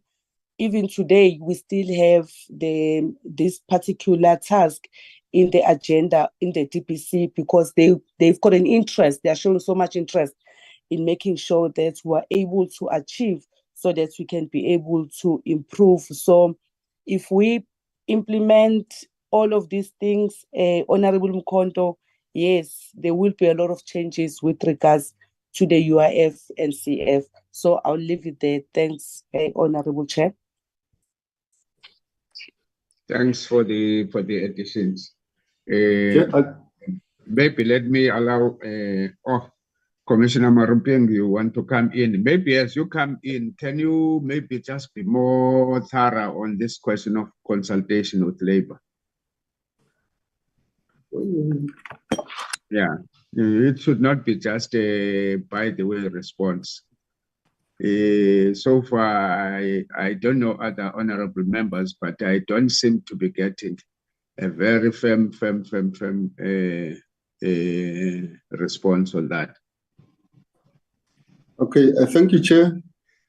I think let me start with the questions raised by Honorable Konto. I think she wanted to know if do you anticipate any financial management improvement with the structure. I think, Chair, the two things that we are introducing in the new structure. Currently, we don't have a chief investment officer on both funds. And the role of the chief investment officer is to provide support and management of our investment portfolio, and also manages PIC closely, because right now both structures are very thin, and when we introduce capacity and competency in that space, that's one area that will help us with our financial management, which currently is one of the reasons why we submit financial late, is because of that area where we could tighten controls with PIC. And furthermore, we are introducing in the role of the executive manager of finance, the role of a financial controls, which speaks specifically to the controls in our financial management and internal controls on how transactions are happening within the fund. Then the other area that was raised was around how we're going to be managing issues with respect to claims processing. I think it was raised either by yourself or Honorable Darby. Currently, your question is aligned with what the Minister and the DG are lifting up around data management services and business intelligence. In how we are structured our communications to clients is on the data management services and business intelligence. How are we using that information to communicate and keep our clients informed? So we're lifting that area strong. We're also lifting the whole space of ICT to an executive level to have a chief technology and digital officer, so that we just lift up, so that we're able to bring up more competent people on board. There's an issue raised by Honorable Dabe about the ethics committee, if it's part of the structure. Already both funds, we have an ethics committee that sits to consider everything ethics. But at UIF, it has recently been appointed, but it's a committee that is in place now. And I think maybe in the future, should any feedback be required from that committee, I think that can be raised with the DG. Now, consultation with organized labor share is happening at the bargaining council level, where we have organized labor and Member Humi leading the force from the department to update them on the progress we're making with the structure. And at that level, Chair, we discuss any implementation, and this also has been part of that engagement at that level. I think Member Humi is in the meeting. Maybe if there's anything that you might want to emphasize, Chair, on the engagement with the bargaining council, I think she's here. She could also add that. Thanks, Chair. Through you, Chair. Okay, Mr. Wayawa. Thank you very much, Chair. Just to add a small thing on what the Commissioner said. Besides Labour operating with us at the macro level, which is the bargaining council, in the various work streams, in the actual operationalization of the design and later the implementation, Labour, who are both at CF and at UIF, participate in those committees. So their role is quite taken care of. And the last one, just on there was a question whether the decentralization is meaning some independence. It would be independence, Chair, in the sense of more accountability. As the members were saying that there's still issues about claims and so on and so forth. The independence and is narrowing and accountability to whoever shall be the head of a province in its somewhat decentralized sense. But as Commissioner was saying, when in the, for example, the UIF structure, where below the Commissioner, there are the various chief roles. One of them is directly linked to the provinces, both to oversee the strategy design and execution, and well as ensuring that the accountabilities within the independent setup is enhanced. So it's a connected independence. Thanks, Chair. Thanks, Mr. Yawa. There are hands already.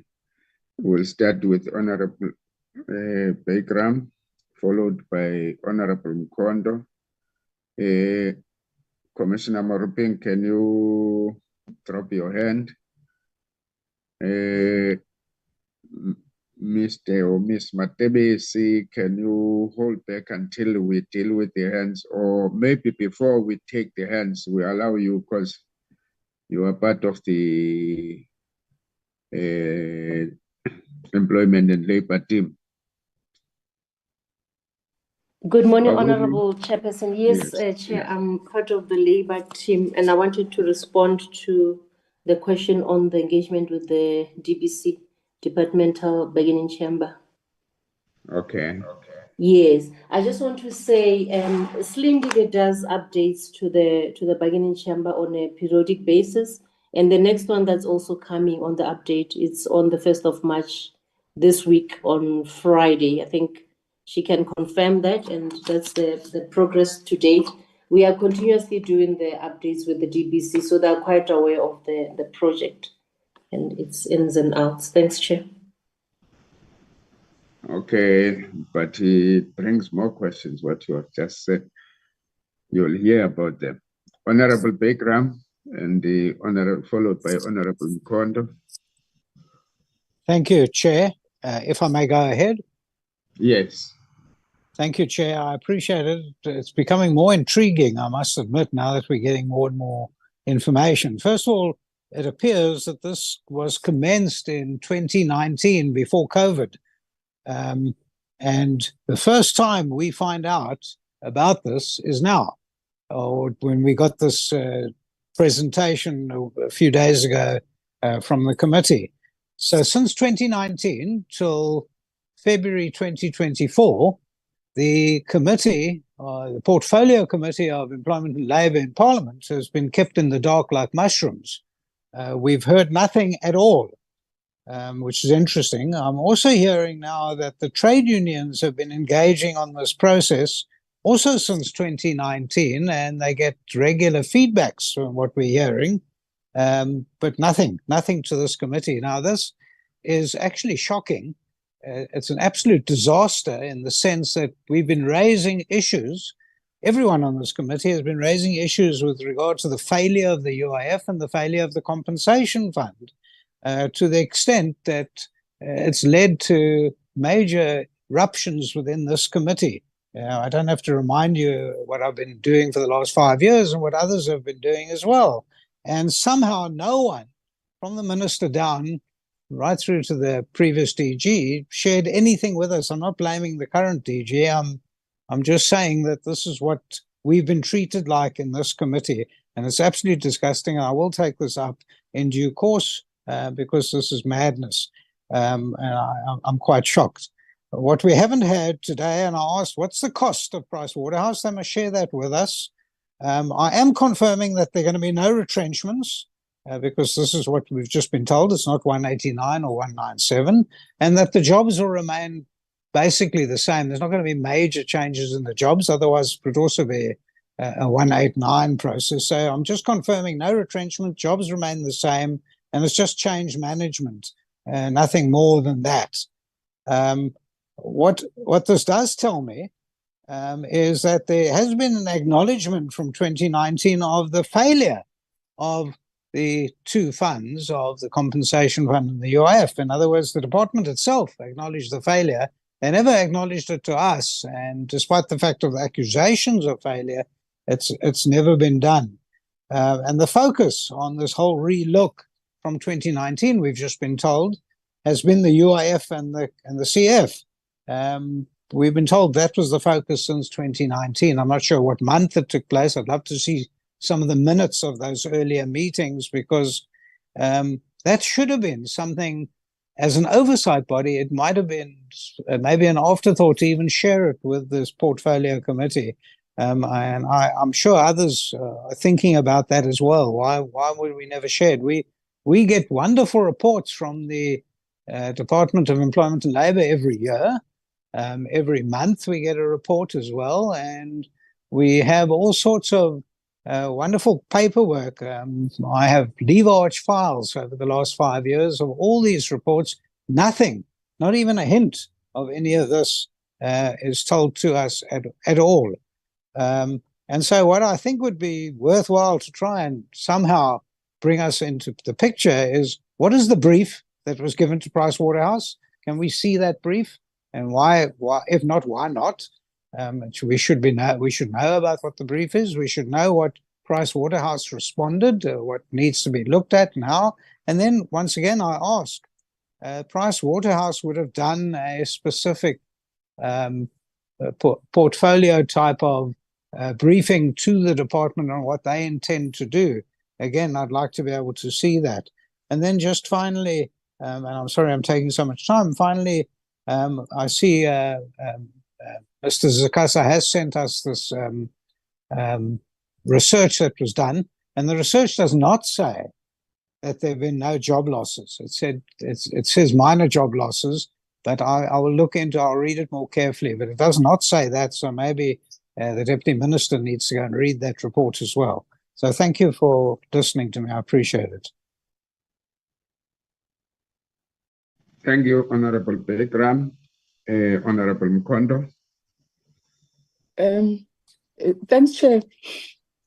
I was patiently awaiting for the response with regard to the question that you posed, Chair, that one of outsourcing, as to exactly what does the department mean by outsourcing, and which units are going to be outsourced and how and for how long. Honorable Ndabe asked about the timetable, because okay, Chair, we know that maybe after May we're not coming back, we're going home, but we must pave a way for the upcoming committee members to be able to monitor this process easily. So the issue of the timetable, it has to be clarified, whether the timetable will be there or not, because you can't hold people accountable of a process that they have said, no, it is going to take 3 years or 12 months, but then on a monthly or quarterly basis, how do we as the committee monitor if, I'm sorry for the Chair, if the set targets are being achieved? And then, Chair, from where I'm seated, I would really love to get both the research reports, if they exist, on the national minimum wage. The research report that says there are job losses caused by the implementation of the national minimum wage, and the other report saying there are no job losses resulting from the implementation of the national minimum wage. From where I'm seated, I think both reports will be assist us all to be able to tell the truth to the citizenry of this country as to and to check as to where can we tap in to be able to prevent job losses, specifically with regard to the national minimum wage. So if we are saying, yes, it caused job losses, let us have that research report. I think it will assist all of us. And then, Chair, I'm a little bit puzzled by the response that says there are no changes specifically on the organizational structure. There are no changes. I don't know. Because, Chair, it simply means the same people who have been failing these two entities, we're expecting them now to bring about change. I don't know. Maybe there is something that I did not, I'm being overtaken with AMA discussions. But Chair, if that is the case, we really have to be assured that this time around, maybe there will be capacity building workshops or whatever, because we can't expect people that have been failing for the past decade all of a sudden to have a capacity to bring about change into these two entities. Thank you, Chair. Thanks, Honorable Mkondo. Honorable Mdabe. Thank you, Chair, and thank you, Acting DG and the management for the responses. I just want to clarify one point, Chair, in terms of what Honorable Bakrane is saying in relation to that the committee has never been briefed about this process. It is entirely untrue. Before the department embarked on this process, the briefing we received was by the minister himself, where he presented the issue of challenges that are facing the two funds, the issue of capacity, the issue of them not being able to present reports timeously and comply with the legal prescripts. During the course of the COVID, when we went on virtual, the DG presented a progress report in terms of the appointment of PwC in this process. That was followed by the issue of the ICT matter that was raised by who then asked the question in relation to what was happening at NEDLAC in relation to the matter of small businesses not being able to have a say. However, that led to the issue of how is therefore the fund, especially UIF, going to be in a position to sustain that in itself based on the TERS discussions. The last time we then given a report was by the minister himself. I think that was the third time, where the minister said he is very happy with the progress made. However, he has not yet even received a preliminary report from PwC because there were further consultation that PwC is engaged on at provincial level. Therefore, if Bakrane's memory is lost, sorry for him, but this matter was presented to us more than 4 times. Thank you, Chair. I wanted to clarify that point. Thanks, Honorable Ndabe. Honorable Ligo. Thank you, Chairperson. I just wanted to perhaps request, I mean, I've noted all of the points that have been raised on the record about this matter. I was wondering if it would be possible to request from the department perhaps just an idea of the record of decision that was taken regarding these things, just so we could understand what key decisions were made and when they took place in the department, so we can we can understand how we arrived here. So if it is possible to get a copy of the record of decision on this matter, I think that would be very helpful just to understand it and the process. The other thing is just, I think it's very important in the context of these changes to firstly state, I mean, the most important thing here is the South African citizens in this process. Well, obviously our employees and the officials in the department are very important. It is very important that there is a business continuity plan and that there are contingencies in place to deal with this change, and that it's staged in a manner that does not disrupt, what capacity already exists to, in that transition process while we obviously reorient the objectives of the department.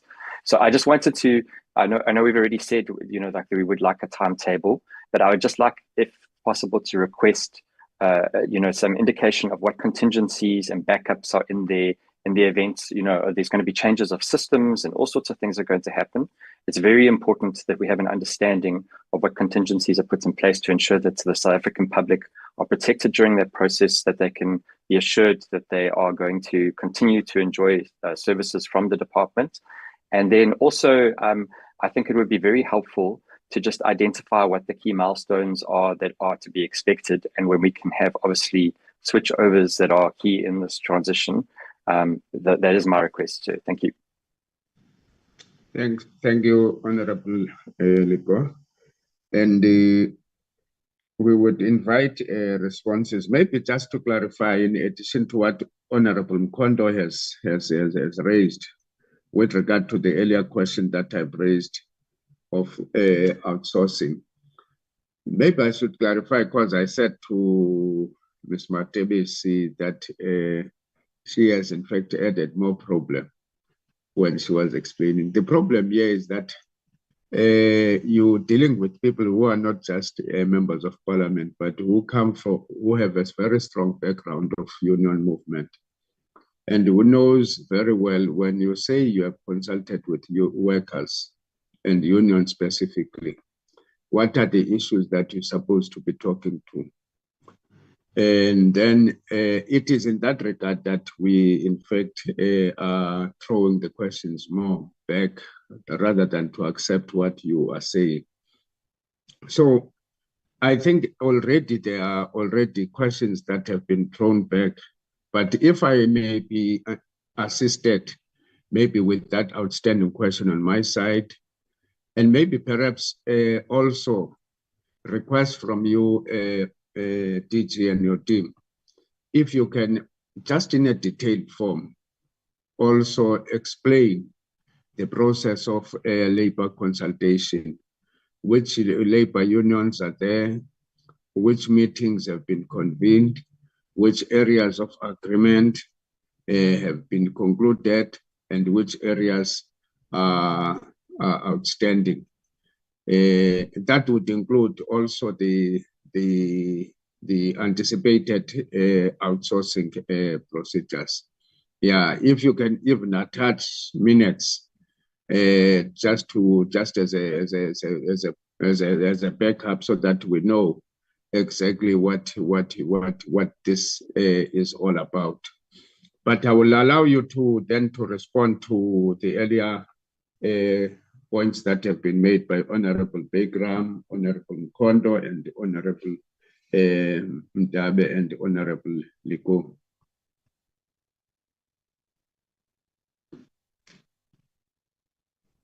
Thank you, See you and your team now. Yes. Thank you, Honorable Chair and the honorable members. Let me commit, Honorable Chair, that today, before the end of today, we will be sending to Mr. Sakaza the full report of PwC, which covers the approach that was taken in conducting this architectural review. It covers the steering committee that was in place, from stakeholders to workers, to senior management, to surveys, as an indication of how broad this process of this architectural review was conducted across. Secondly, the second document that we'll provide is a recommended implementation plan as requested by Honorable Mkondo, so that we show the breakdown of what are the immediate, medium, and long-term implementation aspects that we need to be looking at. So we will send those documents by Honorable Chair, so that maybe it helped to answer the questions in terms of the process. Thirdly, we may be going to, we will also send the terms of reference, Honorable Chair and members, that were given to any service provider. We went out on the market. Certain service providers responded, and PwC was the one in the processes of adjudication that was chosen. So we'll share those terms of reference.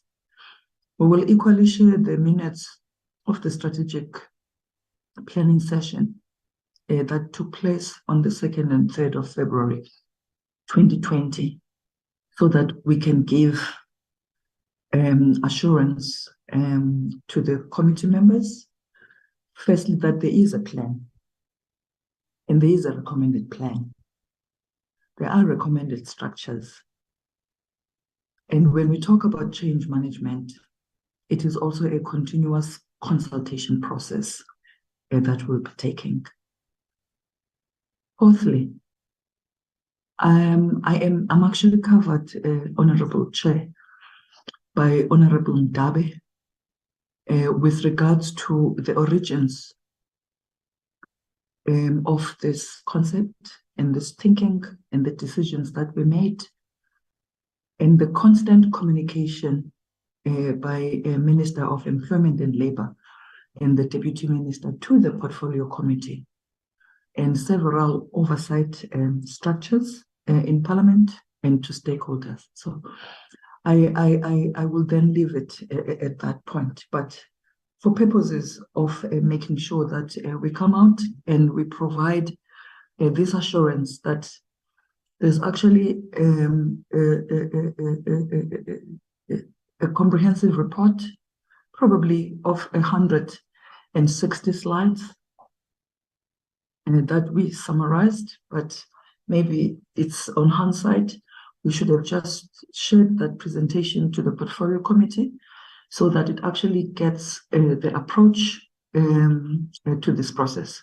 And what was taken as well as the recommended implementation plan, which then take us to the understanding that when we look at that plan that has both immediate, medium, and long term, it gives us an understanding and a view that indeed this process is going to take a period of 1 to 3 years. With regards to outsourcing services, Chairperson, I thought that maybe in my remarks when I was responding, I did say that the reason why we are getting service providers to come and assist in the process of the implementation of this report is precisely because, as an institution, we are not going to be able to undertake that responsibility of directly implementing these outcomes and these recommendations.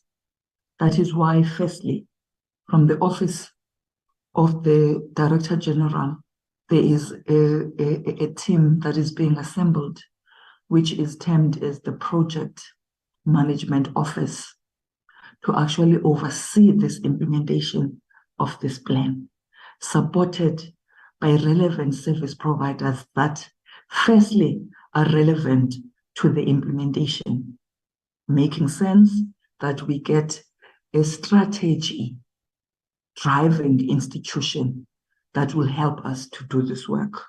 Also, getting a change management institution to do this work. Because, Honorable Chairperson, the UIF, the Compensation Fund, and the Department of Employment and Labor are still seized with all the other responsibilities outside of this work of implementing these changes. Thus, it has become important for us to put service providers that have relevance in turnaround of institutions, in turnaround of putting systems together in organizations in order to change them. Sixth point, Chairperson, is raised by yourself and Honorable Mfund. It is inevitable that we would have new people appointed in the institution. When we look at the structure that is being recommended, and the structure that we're also looking at, we are responding by saying, firstly, we are making sure that these two entities become separate entities from the Department of Employment and Labor, so that they've got latitude in terms of structure and employing at highest levels and being able to attract skills at highest levels that can come and enhance the organization. So as much as we say that people that work for this institution will remain, but we are also saying that there will be new people at different levels and with the extended structures that are being proposed that will come into the institution. Commissioner of the UIF did respond on this matter and said, and made two examples, to say that currently they have actuaries, but they do not have investment managers. Therefore, in the structure that exists and in the people that are there, it means that the UIF and the Compensation Fund will have to appoint services and appoint personnel of investment managers so that they've got investment managers. So this illustration of what is called enhancement that we are saying, and the point that we're putting across in terms of enhancing the institution, is that point of saying that as much as people will remain, but we will have new people at different levels with different expertise that will come into the organization in order for the organization to be at the level that it is being envisaged. Honorable Chairperson and members, I think also there was a request about us providing how much this exercise costs.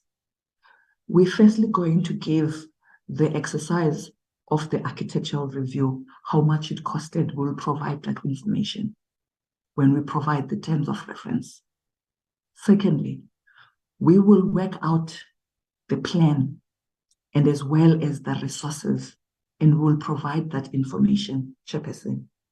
I therefore ask, in the time, I do not know how much time Honorable Chairperson and the members would then provide in terms of when this very department with these entities can come back so that they can present this implementation plan, whilst we will be sending you the recommended implementation plan. So the PMO being in existence and the head of PMO would therefore come, if you favor that request, and present how is this going to be implemented and what services will be outsourced and what exactly will those services be doing and what the PMO will be doing. Lastly, Chairperson, with regards to the question of the reserves. The reserves of the UIF and the compensation fund want to go back to the response of the 15 billion reserves. I think that, Chairperson, next week, this committee has invited Employment and Labor to come and present on the labor activation program, where the reserves of a 15 billion of the UIF from the PIC have been released in order for them to implement projects that are about enterprise development and as well as job creation. We will then outline precisely where these reserves are coming from, and maybe the actuaries having presented to us to say that what are the current reserves in the investment of the UIF, and how much therefore can be released to the UIF for a period of 3 years, which is a once-off, in order for us to create the jobs which we deem as a mandate that we must do, and we must do, Chairperson and honorable members, optimally, having implemented several job creation programs, but seeing the need for us to accelerate and even increase the volume of the projects and the work that we're doing with regards to that. So, honorable members, I'm hoping that I have responded, but as I've committed, we will be sending to the Secretariat of the Portfolio Committee the full report of PwC, as well as the recommended implementation plan in executing this work, as well as the terms of reference that we took out in order to get companies outsource to implement this architectural review. Those terms of reference will equally come with the total cost of the architectural review. Chairperson, thank you. I hope that I've covered all the questions. Thanks, DG. Thanks for your detailed response and covering all the questions. And I'm sure, unless there is a point from honorable members, but I'm sure all the questions, sorry, have been properly responded to, except the issue of the timelines, whether we should not agree, DG, that we should dispose of this because we are right at the end of February. We should dispose of this aspect before end of March. Yeah. Is that a fair timeline? Yes, Chairperson, it is a fair timeline, and yes, we can be able to come back. But as committed even today, we are sending the documents that also include the implementation plan. But yes, we can come back before the end of March to actually present the execution plan with timelines and deliverables by the PMO office. Thank you, Chair. Thanks, DG. Thanks, DG. Honorable members, are there any points you want to raise? There's no hand. I'm not instigating you. I think then we should maybe again throw a question to you, Honorable DM. Any points you want to make before we conclude on this item? No, thank you, Honorable Chairperson, honorable members. I think we are committing ourselves to many other things. I think we must firstly agree that, and actually I must start from where Honorable Member Mdabi came in from, raising the issue, because every meeting, Honorable Chair, it seems as if now our reports are new every meeting. But I really need to put it on record, Chair, that all our budget speeches, including even our quarterly reports, does reflect on the progress on the PwC work on the two funds. And honorable members, I'm sure that you do have such records at your disposal, because this thing has been ongoing and we have been talking about it. I'm just worried when I hear our acting DG committing to submit further information. And I think I will plead with you, Honorable Chairperson, that such information should first be browsed through with the minister, because I think we have submitted, and that is why we have continuously said, if there is information that honorable members are not aware of or sure of, yes, let us talk about it. But the fact that this information has been made available to the honorable members, I think for me, it's like we are reinventing the wheel.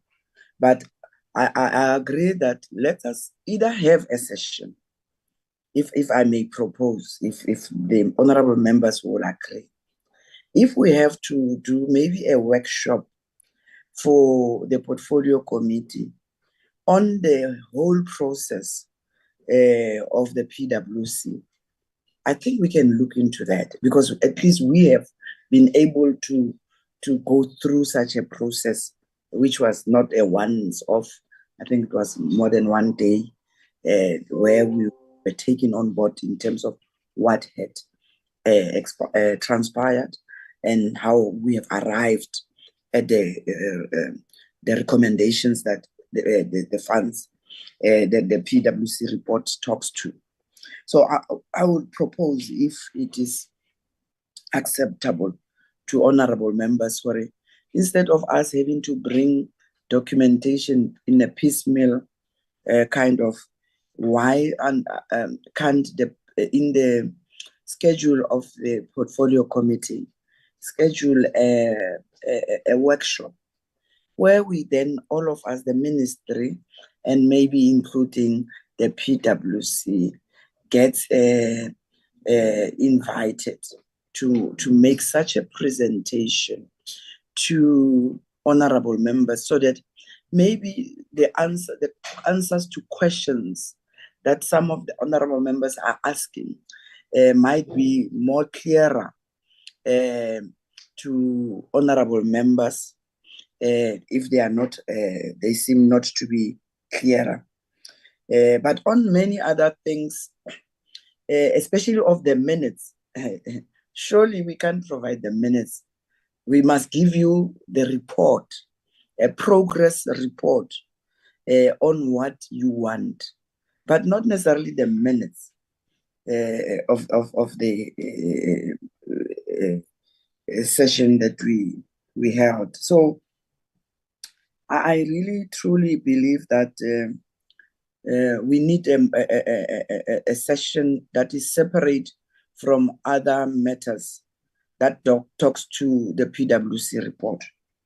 If you agree, Honorable Chairperson, if you agree, and if honorable members agrees that we have a session with the PwC to take honorable members on board, because when we present the report, it's like we are the third party, we are presenting it, maybe it does not come out clearly as to our intention.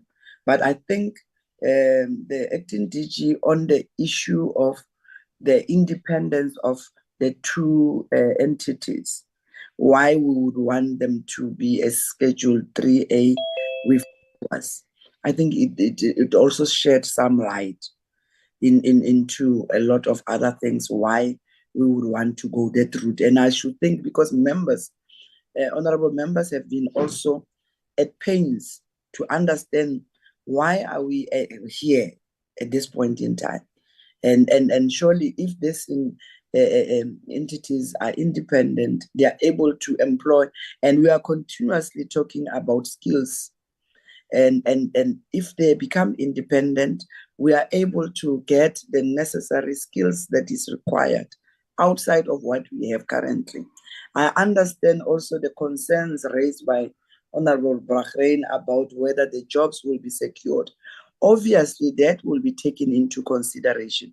Obviously, unions will be engaged, staff will be engaged. There will be a process. And I'm sure such a process will have to come, obviously, before the portfolio committee, so that honorable members are also abreast, so that when honorable members report to their constituencies, they also have first-hand information into what we have agreed on. And obviously, such a report obviously must come to the portfolio committees. So I would request that we have a session that talks to some of these things, and including the quantification of costing as to how much it costs, because I know the costing, we were given the costs, but I think we can then package that together, and at that workshop, we can be able to give honorable members such an information. I thank you, Chair, for your patience. Thank you. Thank you, Honorable Minister, Deputy Minister. I pardon my mistake. There are hands. Let me hear the hands before I then make a conclusion on the matter. There are hands, Honorable Mkondo, followed by Honorable Baker. Chair, thanks for the response from the DM. But Chair, I'll request that we be realistic. We are left with 2 months towards the end of the 6th Parliament. So the suggestion by the DM of the workshop is a very good idea, but I would further suggest that let the committee of Portfolio Committee of Employment and Labor in the 7th Parliament, let us give them the chance to be workshopped, and all the other necessary documents be given to them. Because Chair, what is it that we're going to do with this information in the 10 weeks that we are left with? That will be my suggestion, Chair. But then it really has to be done at the beginning of the 7th Parliament. Thank you. Thanks, Honorable Mkondo. Honorable Baker. Thank you. I'm not sure what I think what the Deputy Minister is trying to say is that she now doesn't want to give the documents and she'd rather have a seminar. I think there's nothing to hide. I'm not sure why anything has to be hidden from us. Let us have the documents. It takes 5 minutes to send them, including the minutes, including the costing. We're not going to go and print it in a newspaper. I'm not sure what we're hiding. In terms of having a seminar, well, I'm not sure if we're going to have the time. I'll have the time to read all those documents. It'll take me a few hours maybe, and I'll read all the documents. I don't know why we can't see it. In fact, the Deputy Minister is saying we've known all along, so let's just have us the paperwork that we know about. And I'm not sure why there's a backtracking when the DG said there doesn't seem to be a problem in handing us those documents. Exist, let's have them. If you want to have the seminar with the new people in the new portfolio committee, I might not be here. That's fine and good, but let's have a look at these documents right now. This has been presented to us. We're going to obviously have to make some comments on this in due course because it's presented to us. It could have been presented to the 7th dispensation, but it hasn't been. It's been presented to us. Once it's presented to us, then let us have it and let's see what it's all about. All we're asking for is the background documentation. There can't be any lies in it. It's there. So please, I'm not sure what this is all about. And there can't be anything that you need to hide from this committee. We're supposed to be some sort of oversight, and I'd be horrified if we don't get these documents now. We know they exist. We've had them promised, and now the promise seems to be backtracked. Maybe I'm imagining it's backtracked and it's still going to come, but I'd like to get it sooner rather than later. Let's not have it next month. Let's have it during this month of March, and so that we can at least chew on it and ask our questions. We're going to have more meetings right through March. We're going to have some meetings probably in April. So let's hear all about it. Thank you. Thanks, Honorable Chair. Yes. Thank you, Honorable Chairperson. Good day, everybody. But I'm only comfortable about what Honorable Mkondo said, because now we are only left with 8 weeks. So let's give the 7th administration a chance to have a workshop and also have the documents. What are we going to do with the documents? Because in these 8 weeks, are we going to do something better than now? Let's leave it as is so that the 7th administration will do their work. Thank you, Chairperson. Thanks, Honorable Zuma. Honorable members, let me just help you. Honorable members, unless I didn't hear anybody else, the issue of the minutes came from me, and I was speaking only on a specific matter.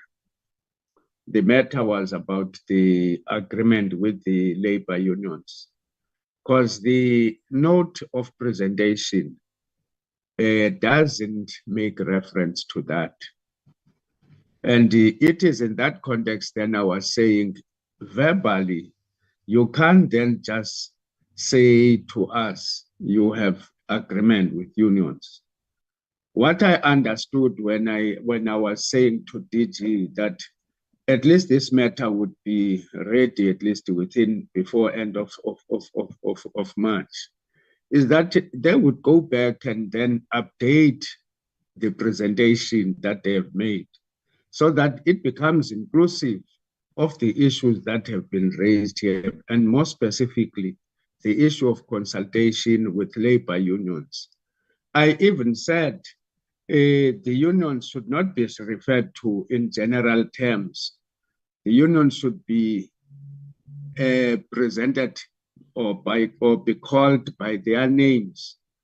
If you in the process of consultation, you've consulted with the ANC, PAC, and so on, list them as those organizations.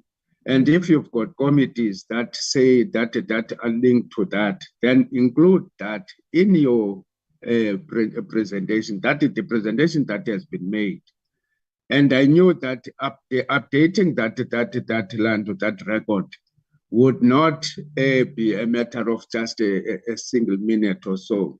They would need to go back, and so that the presentation now is perfectly updated. It captures all the points that have been made and have been raised. Because I haven't listened or heard on anyone from the honorable members who say the presentation is rejected.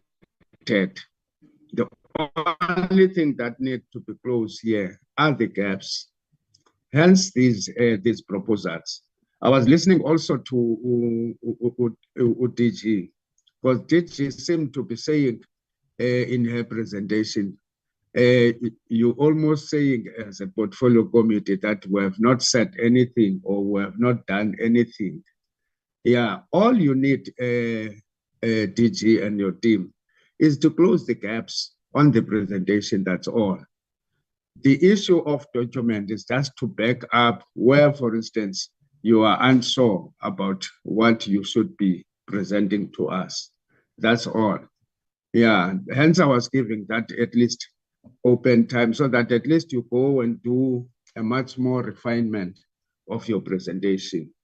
If that was got wrong, then my apology, but I have to restate it so that there is at least a understanding and clear focus on what needs to be done between now and the time when you come back and give us the updated presentation. That has all the details in summarized version, like a presentation, not a Hansard.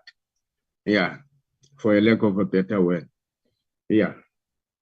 I hope I've made a summary on this matter, honorable members, and the DG and your team and the honorable deputy minister, unless I got it wrong. No. If you allow, Honorable Chairperson, I fully agree with your version of your closing remark, because I think I missed that part, but I was actually worried on what the response from the DG was.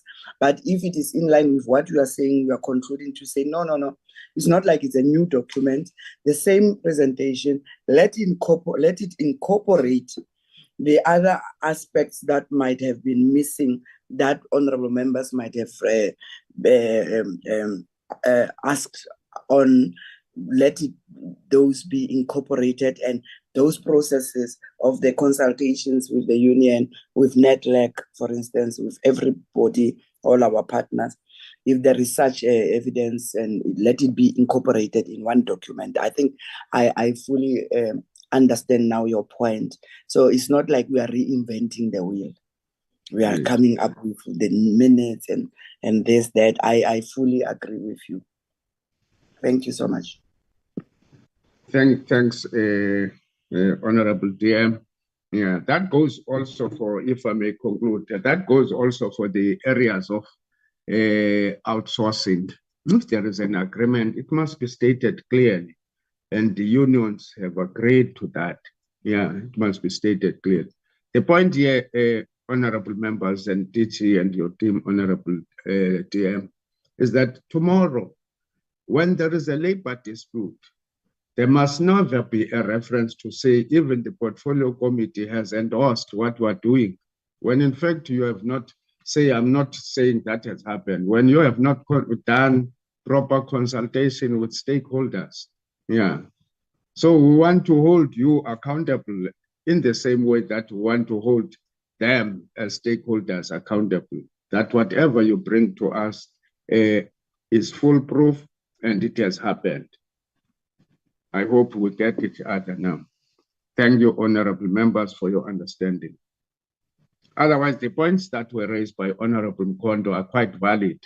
That's why I'm not going back to them, and Honorable Zuma as well. Yeah, are quite valid, really, because if we're talking beyond the points that they are saying, or in the manner that it was being interpreted, then it would have meant that we in fact planning for the next term, not for this term.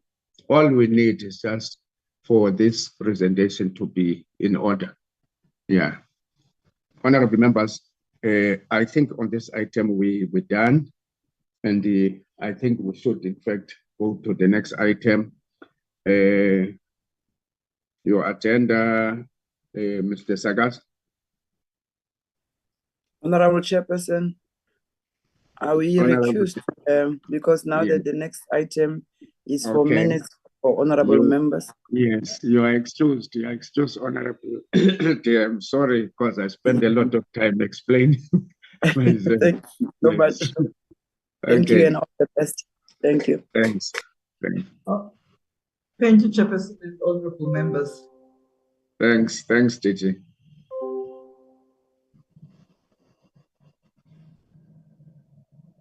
Honorable members, we have the minutes now.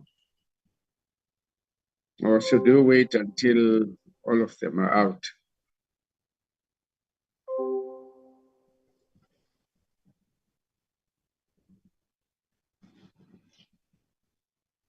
Okay. Can we proceed, Mr. Sagas? Yes, Chair, the minutes of the 29 November 2023, which was deferred from last week. Here we are, Chair. Thank you. Thanks, Honorable Mr. Sagas. Honorable members, these are the minutes of which were deferred last week, and which we would want to have a mover in the second. People who are present are noted there. Can we get a mover in the second?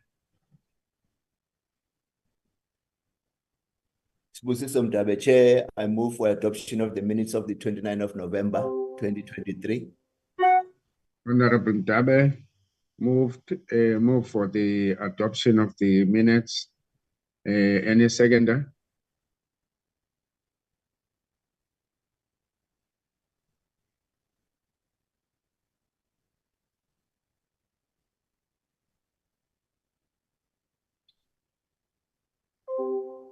Do the rules allow for my casting vote, Mr. Sagat? Chair, it is in the case that there's no one who's prepared to second, Chair, because you were at the meeting here. Yes. You are allowed, Chair. Yes. No, thanks, honorable members. I second the motion moved by Honorable Mdabe for the minutes to be adopted. Can we move to the next set of minutes? The last set, Chair, is the minute of 14 February 2024. The minutes of the 14th, that is of the Valentine Day. The people who are present are noted. Can you scroll down? And those with apologies noted. A name mover, that is page 1.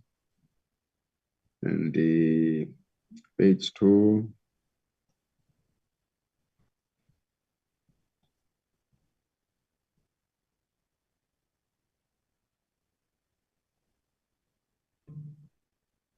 Page 2, page 3.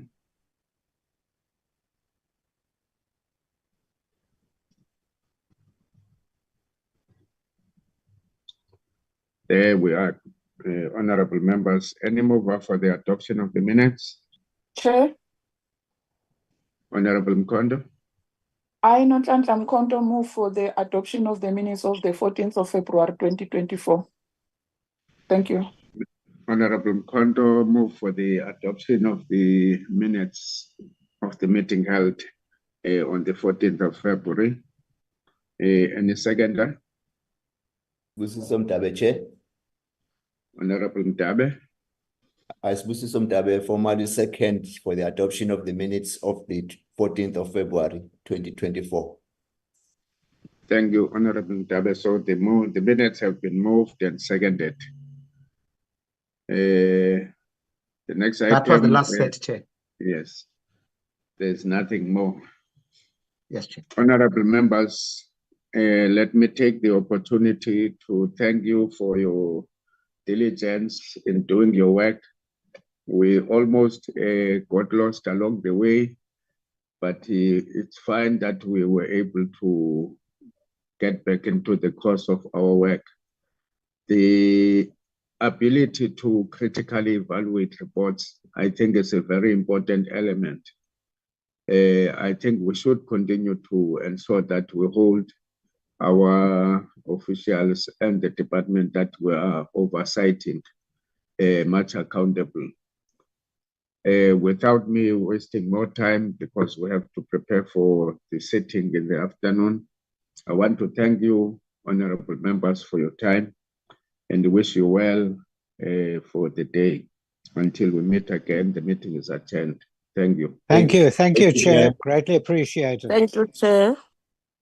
Thank you. Thank you, sir.